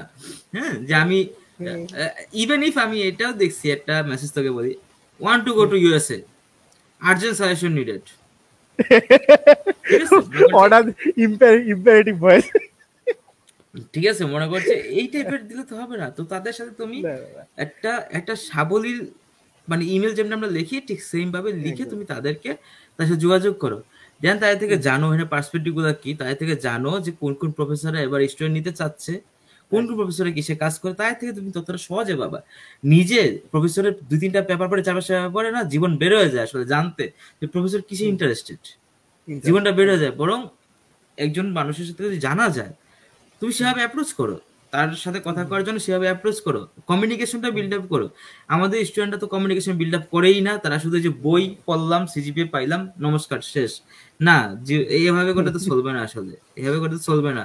যে ছোটবেলায় শিখছিলাম যে বইয়ের কালির অক্ষর পড়লে পরে সব হয়ে যায়, না হয় না, এটা ভুল আর কি। মানে পুরো ভুল শিখছো তোমরা, যে হয়েছে সে তো মিথ্যা কথা হয়েছে। শুধু কালির অক্ষর পড়লে হয় না, কালির অক্ষরের সাথে কমিউনিকেশনটা লাগে, আবার শুধু কমিউনিকেশন হয় না, দুটো জিনিস কম্বাইন করা লাগে। তো তারপরে ঠিকঠাক তুমি ভাবে জানো যে, হ্যাঁ কম্বাইন তুমি করা। জানো, জানো তাদের কোন কোন প্রফেসর স্টুডেন্ট নিতে চাচ্ছে, তাদের ইমেল করো, বাইরে ইমেলটা দেখাও বারবার যে আমি যে ইমেলে অ্যাকসেন্টটা লিখছি এটা প্রফেসরটা পছন্দ করবে কিনা। বাইরে ব্যস্ত থাকবে, অবশ্যই থাকবে, ভাই হয়তো তোমার রিপ্লাই দিবে না, তুমি এসএমএস দিছো 7 দিনের ভিতরে রিপ্লাই দিল না, অফিসিয়াল নিয়ম হচ্ছে যে কেউ যদি কোনো এসএমএস রিপ্লাই না দেয় 4 দিন পরে তুমি একটা তার রিমাইন্ডার দিতে পারো, ঠিক আছে? সার্চ করো এই বিষয়টা না সার্চিং এর বিষয়, এটা একটা জব, এটা একটা চাকরি পাওয়ার মতো। তো তখন তুমি জানতে পারবে তোমার প্রোফাইলটা কোন লেভেল আছে, তুমি কোন জায়গায় আবেদন করতে পারো, ঠিক আছে? এটা এটা স্কলারশিপ না যে দরিদ্র মেধাবী শিক্ষার্থীদের স্কলারশিপ দেওয়া হয়, বিষয়টা এরকম না, ঠিক আছে? এখানে দরিদ্রেরও কিছু নাই, মেধাবীরও কিছু নাই, তোমার প্রোফাইলটা যেটা তার উপর বেস করে দেওয়া হবে। আসলে আজকে সিএসসি ভিত্তিক কথাবার্তা কইতেছি, এবং আসলে মানে এটা সবচেয়ে কঠিন এই কারণে এই কথাগুলো বলা, সবার জানা লাগবে না এটা, কিন্তু কম্পিউটার সায়েন্স ত্রিপদী বিবিএর জানা লাগবে। আর আমাদের ডিপার্টমেন্টে ভাইয়া ছেলেপেলের একটু ইদানিং কালে একটু মুদ্রা দোষ হয়েছে কি, যে হলো আমরা সবাই যাইতে চাই কিন্তু আমাদের কিছুই করতে রাজি না। আমাদের হলো মোটামুটি মানে ওই যে আপনি এটা বললেন তো ভাইয়া যে হাই দিয়ে হাই দিয়ে ইমেল দিছে, তো এরকম আছে হলো, আমাকে একজন দিছিল হলো পুরা কি জন্য পুরা অর্ধেক ইমেলটা আপনার হলো ইসে লেখছে, সিসি আছে না, সিসি মানে নিচে লেখে নাই, সাবজেক্ট দিছে সুন্দর, সিসিতে লিখে পাঠাই দিছে। এটা স্পাম বক্সে গেছে, পরে আমাকে বলতেছে যে হলো, পরে আবার মেসেজ দিছে, মেসেজ রিকোয়েস্ট, প্রথম মেসেজ রিকোয়েস্টে পাইছি, মেসেজ রিকোয়েস্টে বলার পরে আমি আমার সবকিছু ইমেল করে আপনাকে জানাইছি, আপনার ইমেল ছিল লিঙ্কডইনের থেকে আপনার ইমেল পাইছি, ওখানে করছি। আচ্ছা, আমি তো পাই না, পরে স্পাম বক্সে চেক করে দেখি যে এই কাজ করছে। আমি তার আর বললাম না কিছু, যে তো আপনি সিসিতে দিছে, একটু নিচে তো লিখবেন, ওইটা তো ডিয়ার স্যার, হ্যান ডিয়ার ভাইয়া, এগুলো একটু নিচে লিখতে হয়, বডিতে লিখতে হয়, সিসিতে সব যদি টাইপ করে দিয়ে দেন তাহলে আর কিভাবে হবে, কি বলবেন। এরকম করে এই যে নিজের এক্সপেকটেশনের সাথে নিজের প্রোফাইলে মিল থাকতে হবে, তা না হলে সত্যি কথা আমি খাঁটি বাংলা ভাষায় বলি, বাস খেয়ে সান্দে চলে যাচ্ছে, কোনো উপায় থাকবে না। নিজের এক্সপেকটেশন এবং নিজের প্রোফাইলের সাথে মিল থাকতে হবে। তোমার এক্সপেকটেশন, তোমার প্রোফাইল, তুমি ধরো যে তোমার প্রোফাইল তোমার যাওয়ার মতো স্টেট কোনটা এটা জানতে হবে। তোমার ধরো যে তোমার প্রোফাইলে হয় না, তোমার প্রোফাইলে নিউ ইয়র্ক স্টেট হয় না, তো সুতরাং এখানে তুমি আবেদন করা উচিত না, ঠিক আছে? বা তোমার প্রোফাইলে ওই রাটগার্স হবে না, নিউ জার্সি স্টেটে একদম প্রাণ কেন্দ্রে, নিউ ইয়র্কের শহরের প্রাণ কেন্দ্রে, যেহেতু নিউ ইয়র্ক ইউনিভার্সিটি এবং সেটা অনেক মনে করেন নাম করে ইউনিভার্সিটি, প্রায় আইভি লিগের সমতুল্য, তো নিউ ইয়র্ক শহরের ভিতরে কিন্তু ওইরকম ইউনিভার্সিটি নাই যে মনে করি স্টেটটা টার্গেট করবে, তাই না? নিউ ইয়র্ক ইউনিভার্সিটি অনেক নাম করে ইউনিভার্সিটি, মনে কর যে যেমন মানে এখানে চান্স পাওয়া মুখের কথা না, তাই না? আবার তো যদি বোস্টন শহর তুই চিন্তা করো, সেখানে আছে কি হার্ভার্ড, এমআইটি, সেখানে চান্স পাওয়া মুখের কথা না। তারপর সে ইউমাস বোস্টন, তো হার্ভার্ড যাদের টার্গেট বোস্টন, তারা কিন্তু হার্ভার্ড এমআইটি যারা আবেদন করতেছে ইউমাস বোস্টনেও একটা আবেদন জমা রাখবে, একই লোকে রাখবে। যে হার্ভার্ড টার্গেট করতেছে সে কিন্তু ইউমাস বোস্টনে একটা আবেদন জমা রাখবে, ঠিক আছে? কিন্তু তুমি কিন্তু ভাইবো না যে ইউমাস বোস্টনের র্যাঙ্কিংটা এত ভালো না বলে ওখানে আবেদন মানে সেরকম পড়বে না। সেটা বোস্টন শহরে, সারা বিশ্বের অন্যতম একটা শহরে অবস্থিত সেই ইউনিভার্সিটি, শহর অনেক ম্যাটার করে। কারণ আমাদের অনেক আমজনতার কাছে শহর ম্যাটার করে না, আমেরিকা ম্যাটার করে, আমেরিকা আসতে পারলে হয়েছে, কিন্তু অনেকের কাছে শহর ম্যাটার করে, সারা ওয়ার্ল্ডে অনেকের শহর ম্যাটার করে, কারণ শহরটা অনেক এনভায়রনমেন্ট ডিপেন্ড করে শহরটার উপরে, শহরটার উপরে নিজের জীবনযাত্রা চলাফেরা অনেক কিছু ডিপেন্ড করে, নিজের লাইফস্টাইল ডিপেন্ড করে।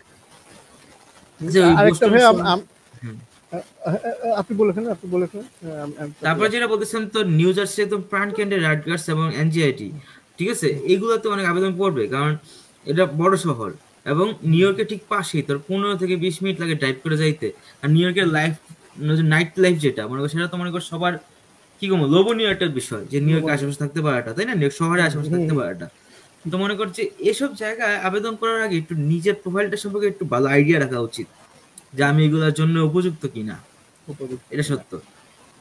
আমাদের ছেলেপেলে ভাই একটু সমস্যা হয়ে গেছে কি, বিশেষ করে আমার ডিপার্টমেন্টের, এই ডিপার্টমেন্টে প্রচুর ছেলেপেলে, তো আমাদের সমস্যাটা হয়ে গেছে কি, যে আমরা বুঝতে খেয়াল রাখতেছি না যে আমরা গ্লোবাল পার্সপেক্টিভে কিন্তু মনে করেন এটা কিন্তু বিসিএস এ চাইতে খুব যে মানে সহজ জিনিস তা কিন্তু না, ফুল ফান্ডেড যাওয়া ভালো জায়গায় খুব খুব যে সহজ, প্রেসারটা ডিফারেন্ট। মানে বিসিএস এ যেরকম প্রেশার, এটা এরকম প্রেশার না আসলে। এখানে তোমার একজন মানুষ হইতে হবে, তোমার একাডেমিক স্কিল যেমন আছে নাম্বার ওয়ান, তোমার রিসার্চ স্কিল তেমন আছে, তুমি রিসার্চ করে বাইর করতে পারবে, তোমার ব্রাউজিং স্কিল তেমন আছে, তোমার কমিউনিকেশন স্কিল তেমন আছে, তোমার রাইটিং স্কিল তেমন আছে, দ্যাটস ইট। তোমার একটা অলরাউন্ডার হইতে হবে, শুধু লেখাপড়া করে উদ্ধার হবে না এখানে। উদ্ধার হবে না। তো আমরা হলো গ্লোবাল পার্সপেক্টিভে চিন্তা করি না। আমাদের কিন্তু একটা চাইনিজ ছিল, ওই প্রফেসরে মেল দিতেছে, একটা ইন্ডিয়ান ছিল মেল দিতেছে, একটা হলো মিশর টিশর, এমনকি গাজার থেকেও ছেলে পেলে এই যুদ্ধের মধ্যে হয়তো মেল দিতেছে, অবশ্যই এই যুদ্ধের মধ্যে মেল দিচ্ছে। হ্যাঁ, আমি আমি জানি, আমি দেখছি এই যুদ্ধের মধ্যে তারা আসলে এখানে আসতেছে, তারা এই যুদ্ধের মধ্যে থেমে নেই, কিন্তু তারা ট্রাই করতেছে। তাহলে গ্লোবাল পার্সপেক্টিভে কিন্তু আপনি সারা বিশ্বের লোকজনের সাথে আপনি ফাইট করবেন। সো এত জিআরই দিব না, তাহলে জিআরই যদি না দেন, আপনার গ্লোবাল পার্সপেক্টিভে দাঁড়ানোর মতো ক্ষমতা থাকলেই আপনি জিআরই না দেওয়ার চিন্তা করেন। তাছাড়া জিআরই চিন্তা, আপনার যদি মনে হয় আপনার ইনস্টিটিউশন, আপনার রেজাল্ট, আপনার রিসার্চ যা করছেন সেগুলো যদি ওই সারা দুনিয়ার মধ্যে আপনি স্ট্যান্ড করে ধরে রাখতে একাই সক্ষম, তাহলে জিআরই দিয়ে না, দরকার নেই। কিন্তু যদি যদি সামান্যতম ডাউট থাকে তো অবশ্যই জিআরই দিয়ে। এমন আহামরি কঠিন পরীক্ষাও না। আর হলো মানে এত, আমার কথা যে এত কঠিন কঠিন অঙ্ক টঙ্ক করছে, সে যদি লেগে থাকে, শুধু ডেডিকেশন থাকে, অবশ্যই হয়তো সে 20 পাবে না, কিন্তু সে হয়তো 5-6 ক্রস করার অবশ্যই পারবে, একদিন লেগে থাকে। তাই আমি বলতেছি এমন কি লেগে থাকলে মানুষের এই যে এই যে মার্কিন যুক্তরাষ্ট্রে ফুল ফান্ডিংটা যেটা দেয়, এটা তো লোভনীয় ফুল ফান্ডিং দেয়। তুমি এখানে থাকবা, খাবা, চলবা, দেশে টাকা পাঠাবা, তোমার বাইরে কোনো কাজ করতে হবে না, কাছে পারমিশনও নেই আসলে। তো অনেক জায়গায় আছে মানুষজন হচ্ছে ভার্সিটি লেখাপড়ার পাশাপাশি বাইরে অনেক পরিশ্রম করে করে তারপরে সে দেশে কিছু একটা পাঠাইতে পারে, তাই না? অনেক আনসার্টেনিটি থাকে ওই জবটা পাওয়া, তোমার এরকম আনসার্টেনিটি নাই, তুমি সুন্দর মতো, তোমার তোমার চাকরির কোনো টেনশন নাই, তোমার টাকা পয়সার টেনশন নাই, তুমি খালি লেখাপড়া করবে, এরকম একটা স্মুথনেস তারা দিচ্ছে। তারা তোমার সর্বোচ্চ ওরিয়ন চেক করে আনবে, ঠিক আছে? কোনো রকম বগিচগি বা শর্টকাট মারাটা উচিত না। আর দেশটা মার্কিন যুক্তরাষ্ট্র, কোনো শর্টকাট মারতে যাবা তো সানজে পাঠিয়ে দিবে, এটা সত্য কথা। এটাই হলো আমাদের ছেলেপেলে একটু বুঝতে, আমার ডিপার্টমেন্টের ছেলেপেলে একটু বোঝার সমস্যা আছে কি, তারা দেশ পার্সপেক্টিভে চিন্তা করতেছে, তারা গ্লোবাল পার্সপেক্টিভটা চিন্তা করে না, যেটা অন্য ডিপার্টমেন্টের অত বেশি নাই। অন্য ডিপার্টমেন্টের ছেলেপেলে একটু ম্যাচিওর, আমার ডিপার্টমেন্টে কোনো কারণে একটু কম ম্যাচিওর, আমি খেয়াল করে দেখি। আচ্ছা, আরো একটা মজার বিষয় বলি, শোন। মনে কর যে এই বিষয়টা জানা দরকার আসলে পাবলিকে। তোর মানে আমি ডিসক্লোজ করবো না, একজন fully funded candidate, fully funded বলতে কি, তার ডেফিসিট আছে তোর $2,000। $2,000 deficit is not a big deal, ঠিক আছে? আমি $5,000-6,000 ডেফিসিট দিয়ে মানুষজন যায়, এবং গিয়ে তাদের কোনো টাকা পয়সা দেশ থেকে নিতে হয় না, ওই টাকা দিয়ে আরামসে চলে, দেশের টাকা পাঠায়, মাত্র $2,000 ডেফিসিট, ঠিক আছে? তো সে তার ভিসা দেয় নাই, রিজেক্ট করছে। তো আমার নক করলো, তো আমি তো আসলে বুঝতে পারতেছি না, তার I-20টা চাইলাম, দেখলাম I-20টা দেখে তো মানে আমার কোনোভাবেই অসম্ভব, কেন রিজেক্ট করবে? তারে আমি জিজ্ঞেস করলাম অফার লেটারটা দেন, দিল, আমার কোনোভাবে হচ্ছে না, বুঝলি? মানে হিসাবটা মিলতেছে না। তারপর তারে জিজ্ঞেস করলাম যে আপনি আবেদনটা নিজে নিজে করছেন তো, মানে যখন আপনার পিসিতে আপনি নিজে নিজে আবেদন করছেন তো? তো সে বলে যে সে সে আবেদন নিজে নিজে করছে না, এখানে কোনো নেই, সে আবেদন নিজে নিজে করছে, ঠিক আছে? সে ইউনিভার্স অ্যাপ্লিকেশন নিজে নিজে করছে। তোমাদের সব ফুল প্রসিডিউর নিজে নিজে করছেন, DS-160টা আমারটা এজেন্সি ফিল আপ করে দিছে, বুঝলি? মনে করছি DS-160 যে তারটা এজেন্সি ফিল আপ করে দিছে, এটা তো সে বাদ আর কেউ জানে না, তাই না? কিন্তু এটা না বুঝে ফেলছে, কিন্তু আলটিমেটলি বিষয় অফিসার কিন্তু বুঝে ফেলছে, হয়তো কোন একটা গন্ডগোল লাগাইছে কোন জায়গায় দিতে গিয়া, ওই এজেন্সি দিতে গিয়া, এটা কিন্তু বুঝে ফেলছে বিষয় অফিসার, বিষয় রিজেক্ট করে দিচ্ছে, যেটা জীবনে রিজেক্ট হওয়ার কথা না, মাত্র $2,000 কোনো রিজেক্ট হওয়ার কথা না, কোনো বিষয়। এবারকার এক্সপিরিয়েন্স দেখলাম ফুল ফান্ড। আগে তো ভাই, আগে দেখতাম যে এক্সপিরিয়েন্স হলো যে নেক্সট স্টপে লিখতো, তারা তো বলতো অ্যাটলিস্ট জিজ্ঞেস করতো তুমি দেশে ফিরে এসে কি করবা, এতে হাবি জাবি জিজ্ঞেস করতো। আমার এতে কিছুই জিজ্ঞেস করে, তুই প্রথমে why this university, what is your research topic, তারপরে ওই যে ছেলেটা ছিল মনে হলো একটু মানে এই স্টেম ব্যাকগ্রাউন্ডের কোনো সাবজেক্টের থেকে পড়ছে, আন্ডার গ্র্যাড করছে। ও আমার বলতেছে তো তুমি কোন জেনারেটিভ মডেল, একটা জেনারেটিভ মডেলের নাম বলো। আমি বললাম স্টেবল ডিফিউশন। আচ্ছা ঠিক আছে, ওকে, মাথা নট করে বললো যে অ্যাপ্রুভিং এর ভিতর শেষ। মানে আগের মতো, মানে তাহলে তো ওই যে ভুল যদি DS-160 না করে, হয়েছিল তো রিজেক্ট হওয়ার কথাই না। আর এজেন্সির ভাইয়া সমস্যা কি, আপনি আপনার সবকিছু এজেন্সির যে ছেলেটা করতেছে সে হয়তো মানে নতুন আসছে, ইন্টার্ন জয়েন করছে, তার একটা সামান্য ভুলে আপনার সব গেল, এইরকম হতে হ্যাঁ, পারে। মানে কোনো প্রকার কোনো শর্টকাট এখানে খাটবে না, কোনো প্রকার কোনো শর্টকাট, একদম সত্যি কথা বলতে একদম ইনোসেন্টলি কাজ করেন, একদম ইনোসেন্টলি, লিটারালি ইনোসেন্টলি, কোনো প্রকার তেড়িবেড়ি করবেন না, ইনোসেন্টলি কাজ করেন, ইনোসেন্টলি লেখাপড়া করেন, ইনোসেন্টলি একটা জিআরই পরীক্ষা দেন, একটা আইএলটিএস পরীক্ষা দেন, পাবলিকেশন হইলে হয়েছে, নাহলে নমস্কার গেছে, ঠিক আছে। এবার হচ্ছে রিসার্চ ইন্টারেস্ট আছে আপনার, প্রফেসর পেপার পরে ইমেল দেন, ইনোসেন্টলি ডিসেন্টলি চিন্তা করেন, ইমেলে রিপ্লাই দিবে না, দিলে ভালো, না দিলে আরো ভালো, আপনি চেষ্টা করে যান, একদম ডিসেন্টলি কাজ করেন, ইনোসেন্টলি, একদম নিষ্পাপ ভাবে, যেটা বলি আমরা শিশুরা যেমন নিষ্পাপ ভাবে চিন্তা করে, হুম হুম হুম, নিষ্পাপ ভাবে চিন্তা করেন, এছাড়া আপনি বিপদে পড়বেন অবশ্যই। অবশ্যই, একদম একদম, এটা অবশ্যই, একদম।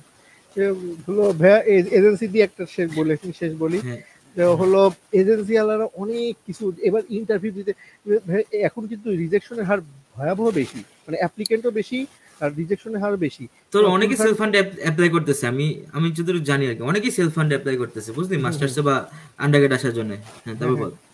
হ্যাঁ। তো চাপ- চাবি দিয়ে দাও নি। আচ্ছা, তো হলো যেটা হয়েছে কি, এজেন্সি ওয়ালারা আমার সাথে কিছু ছেলে পেলে আসছিল, মানে একই কালারের ড্রেস বানাইছে, মানে ওদের জিজ্ঞেস করলাম যে এজেন্সি ওয়ালারা হলো ওদের কাছ থেকে মানে একই টেইলারের কাছ থেকে একই কালারের প্যান্ট, একই কালারের শার্ট, আর এই গরমের ভিতর তখন এই যে হিট ওয়েভ চলতেছিল বাংলাদেশে, হুম, হুম, ব্লেজার সব হুম। গুলিস্তানের থেকে কিনছে, সব এক থেকে একই কালারের শার্ট, একই কালারের প্যান্ট, একই ভাবে সাজায় গুজায়, মানে ড্রেস আপ করে এজেন্সি থেকে 5 জনের পাঠাইলো, 5 জনের রিজেক্ট। আরে এদের তো এরকম। মনে করছে অ্যান্সার মুখস্থ করে পাঠায়, বুঝছিস, মনে করছে, হ্যাঁ দেখা হ্যাঁ, গেল যে 5 জনের বাপি মনে করছে একই গ্যাস কোম্পানির মালিক, ঠিক আছে, মনে মানে করছে বুঝলি, মানে 5 জনের হ্যাঁ বাপি একই, একই মনে করছে পেট্রোল পাম্পের মালিক, সে হুম 5 জনের হুম বাপের মানে পেট্রোল পাম্পের নাম সেম, একই, এটারই মালিক সেম 5 জনের বাপি, সেম ঠিক আছে, সেম, কিন্তু হ্যাঁ 5 জনের বাপের নাম চেঞ্জ, মার নাম চেঞ্জ, তো হ্যাঁ এত মুড়ি খায় না, ডিএস 160 তো হ্যাঁ, দেখতে পাই যাচ্ছে। প্লেগারিজম হুম বলতে তো হুম, একটা শব্দ আছে, অবশ্যই ঠিক অবশ্যই, আছে, হ্যাঁ প্লেগারিজম হ্যাঁ, বলতে তো শব্দ আছে, যে যে যে তুমি যে দিছো ইনফরমেশনটা, এর অন্য কেউ হুম দিছে হুম, কি না। আর একদম এজেন্সি গুলো না মনে করছে হঠাৎ করে জাগ্রত হয়ে গেছে, তো মনে করছে একদম ওরকম একদম একদম, আইডিয়াও নাই, ওরকম না না আইডিয়াও একদম, নাই। এজেন্সির ব্যবসা ব্যাঙের ছাতার মতো গজায় যাইতেছে, বিশেষ করে দেশের ছেলেপেলে যাওয়ার যে পরিমাণ আগ্রহ, ইউএস এর ক্ষেত্রে এজেন্সিতে মানে ব্যাপক এখন অনেক, আমি অনেক অনেক প্রচুর। তারপরে হলো আরেকটা জিনিস, আপনি যেটা বলে অ্যান্সার দেখলে ভিও বোঝে। হ্যাঁ, আমার সামনে তিনজন, আমার সামনে তিনজন ছিল, আমি তো শুনতে পাচ্ছি সবকিছু। হুম, তো একটা মেয়ে গেছে প্রথমে মাস্টার্সে, ওরে হুম। জিজ্ঞেস করতেছে হোয়াই দিস তো so you are going to Brigham Young নাম করে কোন একটা ইউনিভার্সিটি আছে সম্ভবত, ব্রিংহাম ইয়ং। বিংহামটন মনে হয়, বিংহামটন ইউনিভার্সিটি আলবানিতে সম্ভবত, হ্যাঁ বল, যাই হোক, আচ্ছা, একটা ইউনিভার্সিটি ধরে এক্স। আচ্ছা আচ্ছা হ্যাঁ, দুইটা উদাহরণ দিব। যে আচ্ছা, প্রথমে ও বললো হোয়াই দিস ইউনিভার্সিটি, ওই মেয়ে ভাই বলা শুরু করলো মুখস্থ, আপনি বললেন অ্যান্সার মুখস্থ করে পাঠায়, লিটারালি তাই বললো, Birmingham young is a public university, it was established in 1864। আমি দেখলাম ভিও মুখ ঘুরাই নিয়ে টাইপ করা শুরু করলো, সব বললো করে, তারপর রিজেক্ট। তারপর আরেকটা ছেলে গেলো ভাই এজেন্সির, আরেকটা সমস্যা হলো এজেন্সির, আমরা আমরা আমরা কিন্তু বুঝি না এজেন্সি ওরা কিভাবে লাভ করে। ও কিন্তু আপনার কাছে মাত্র 25,000 টাকা নেয়, 10,000 টাকা হুম, নেয়। তো ওর হ্যাঁ, ওর চলে কিভাবে, ওকে ইউনিভার্সিটি পে করে, কিন্তু আপনি একটা হ্যাঁ, স্টুডেন্ট পাঠাইতে পারলে ইউনিভার্সিটি পে করে। সো ওরটা অবশ্যই, যত যত লোয়েস্ট ইউনিভার্সিটিতে আপনাকে নামাইতে পারবে, ওর পেমেন্টের শেয়ারটা তত বেশি আসবে। Yes, yes, yes. এইটা এইভাবে ইউনিভার্সিটি কি করে। তো একটা ছেলে গেল ভাই ইংলিশ মিডিয়ামের, এত সুন্দর করে ইংলিশ বলছে, মানে বোঝাই গেল ইংলিশ মিডিয়ামের, হলো ক্লিয়ার কাট প্রত্যেকটা রাইট অ্যান্সার দিয়েছে সুন্দর করে। তারপরে ভিওর জিজ্ঞেস করলো যে which other university did you apply, হলো ও বলতেছে আমি আগস্টাতে অ্যাপ্লাই করছি, আর কি কি জন্য ইউনিভার্সিটির নাম বলে। তারপরে ভিও একেবারে ক্যান্ডিড হয়ে গেল, লিটারালি ওর দিকে তাকায় চোখে চোখে, then why you choose Meadow university, জিজ্ঞেস করো তুমি কোথা থেকে এই সম্পর্কে শুনছো, কোথা থেকে, বলছে আমি ইন্টারনেট থেকে শুনছি, এই যে ইত্যাদি রেপুটেড ইউনিভার্সিটি অ্যান্সার।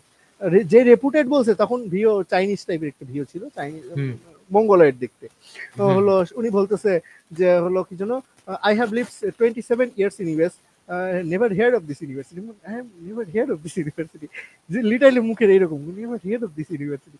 মানে সে 27 বছর ধরে আমেরিকায় জন্মের পর থেকে 27 বছর আছে সে, আমি তো কোনোদিন ইউনিভার্সিটির নাম শুনি নাই। তুমি কোথা থেকে শুনলা?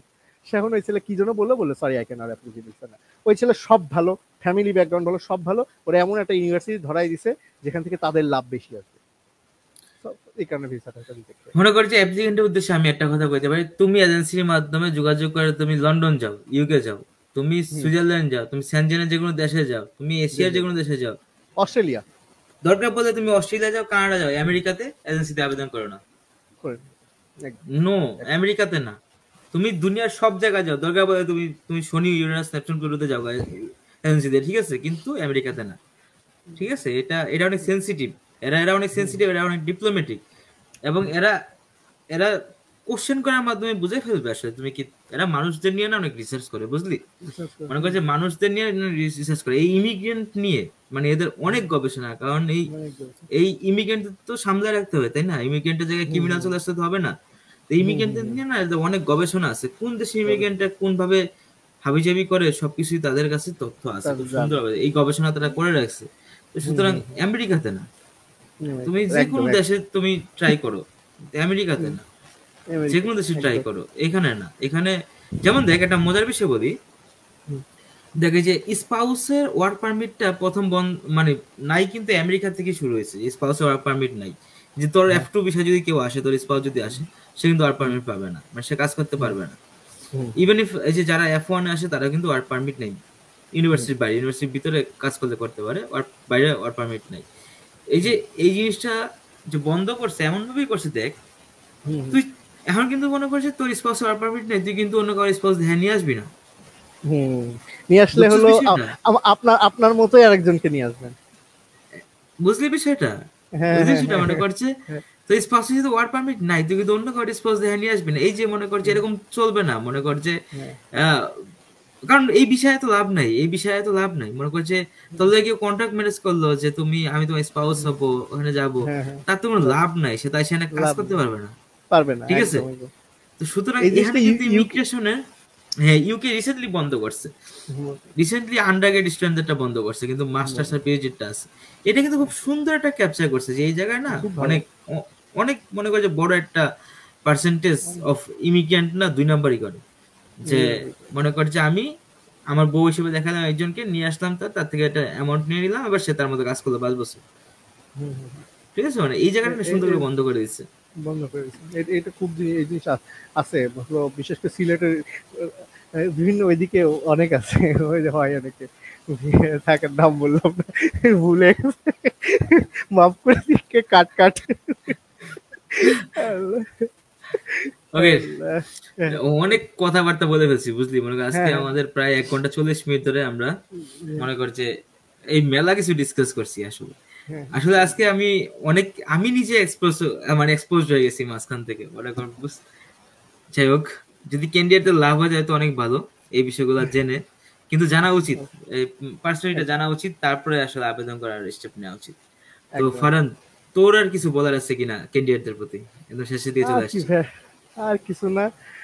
হলো কোনো সোজা কথায় যে ভাইয়া যেটা বললেন, যে হলো ওই যে অমুক অমুক বলছে যে না নিজের মানে আহ, যদি সবকিছু রেডি করো, প্রোফাইল বিল্ডিং করো, তারপরে অ্যাপ্লাই করো। ওই যে আমি তোমার টার্গেট জন্য না হয় যে আমি এইটা মানে আহ, আসবো এসে এইভাবে ফাঁক ফোকর দিয়ে কিছু একটা করব। তোমার টার্গেট হবে অর্গানিক, আমি এই ডিগ্রি অর্জন করবো, অর্জন করার পর আমি এই হবো আমার, সেই জন্য আমার প্রোফাইল বিল্ড করতে হবে। তারপর আমি অ্যাপ্লাই করবো, মাটিতে পা রেখে নিজের অবস্থা বুঝবো, বুঝে অ্যাপ্লাই করবো। একেবারে আগেই ওই রকম করে না, এইটাই আর কিছু না। এইটাই। ওকে, ধন্যবাদ ফারহান আমাদের সাথে যুক্ত হওয়ার জন্য, আর ধন্যবাদ সবাইকে এতক্ষণ ধরে আমাদের এই কথাবার্তা শোনার জন্য, এত ধৈর্য ধরে। ওকে, আজকের মতো ওই বিয়েটি এখানেই শেষ করছি। হ্যাঁ।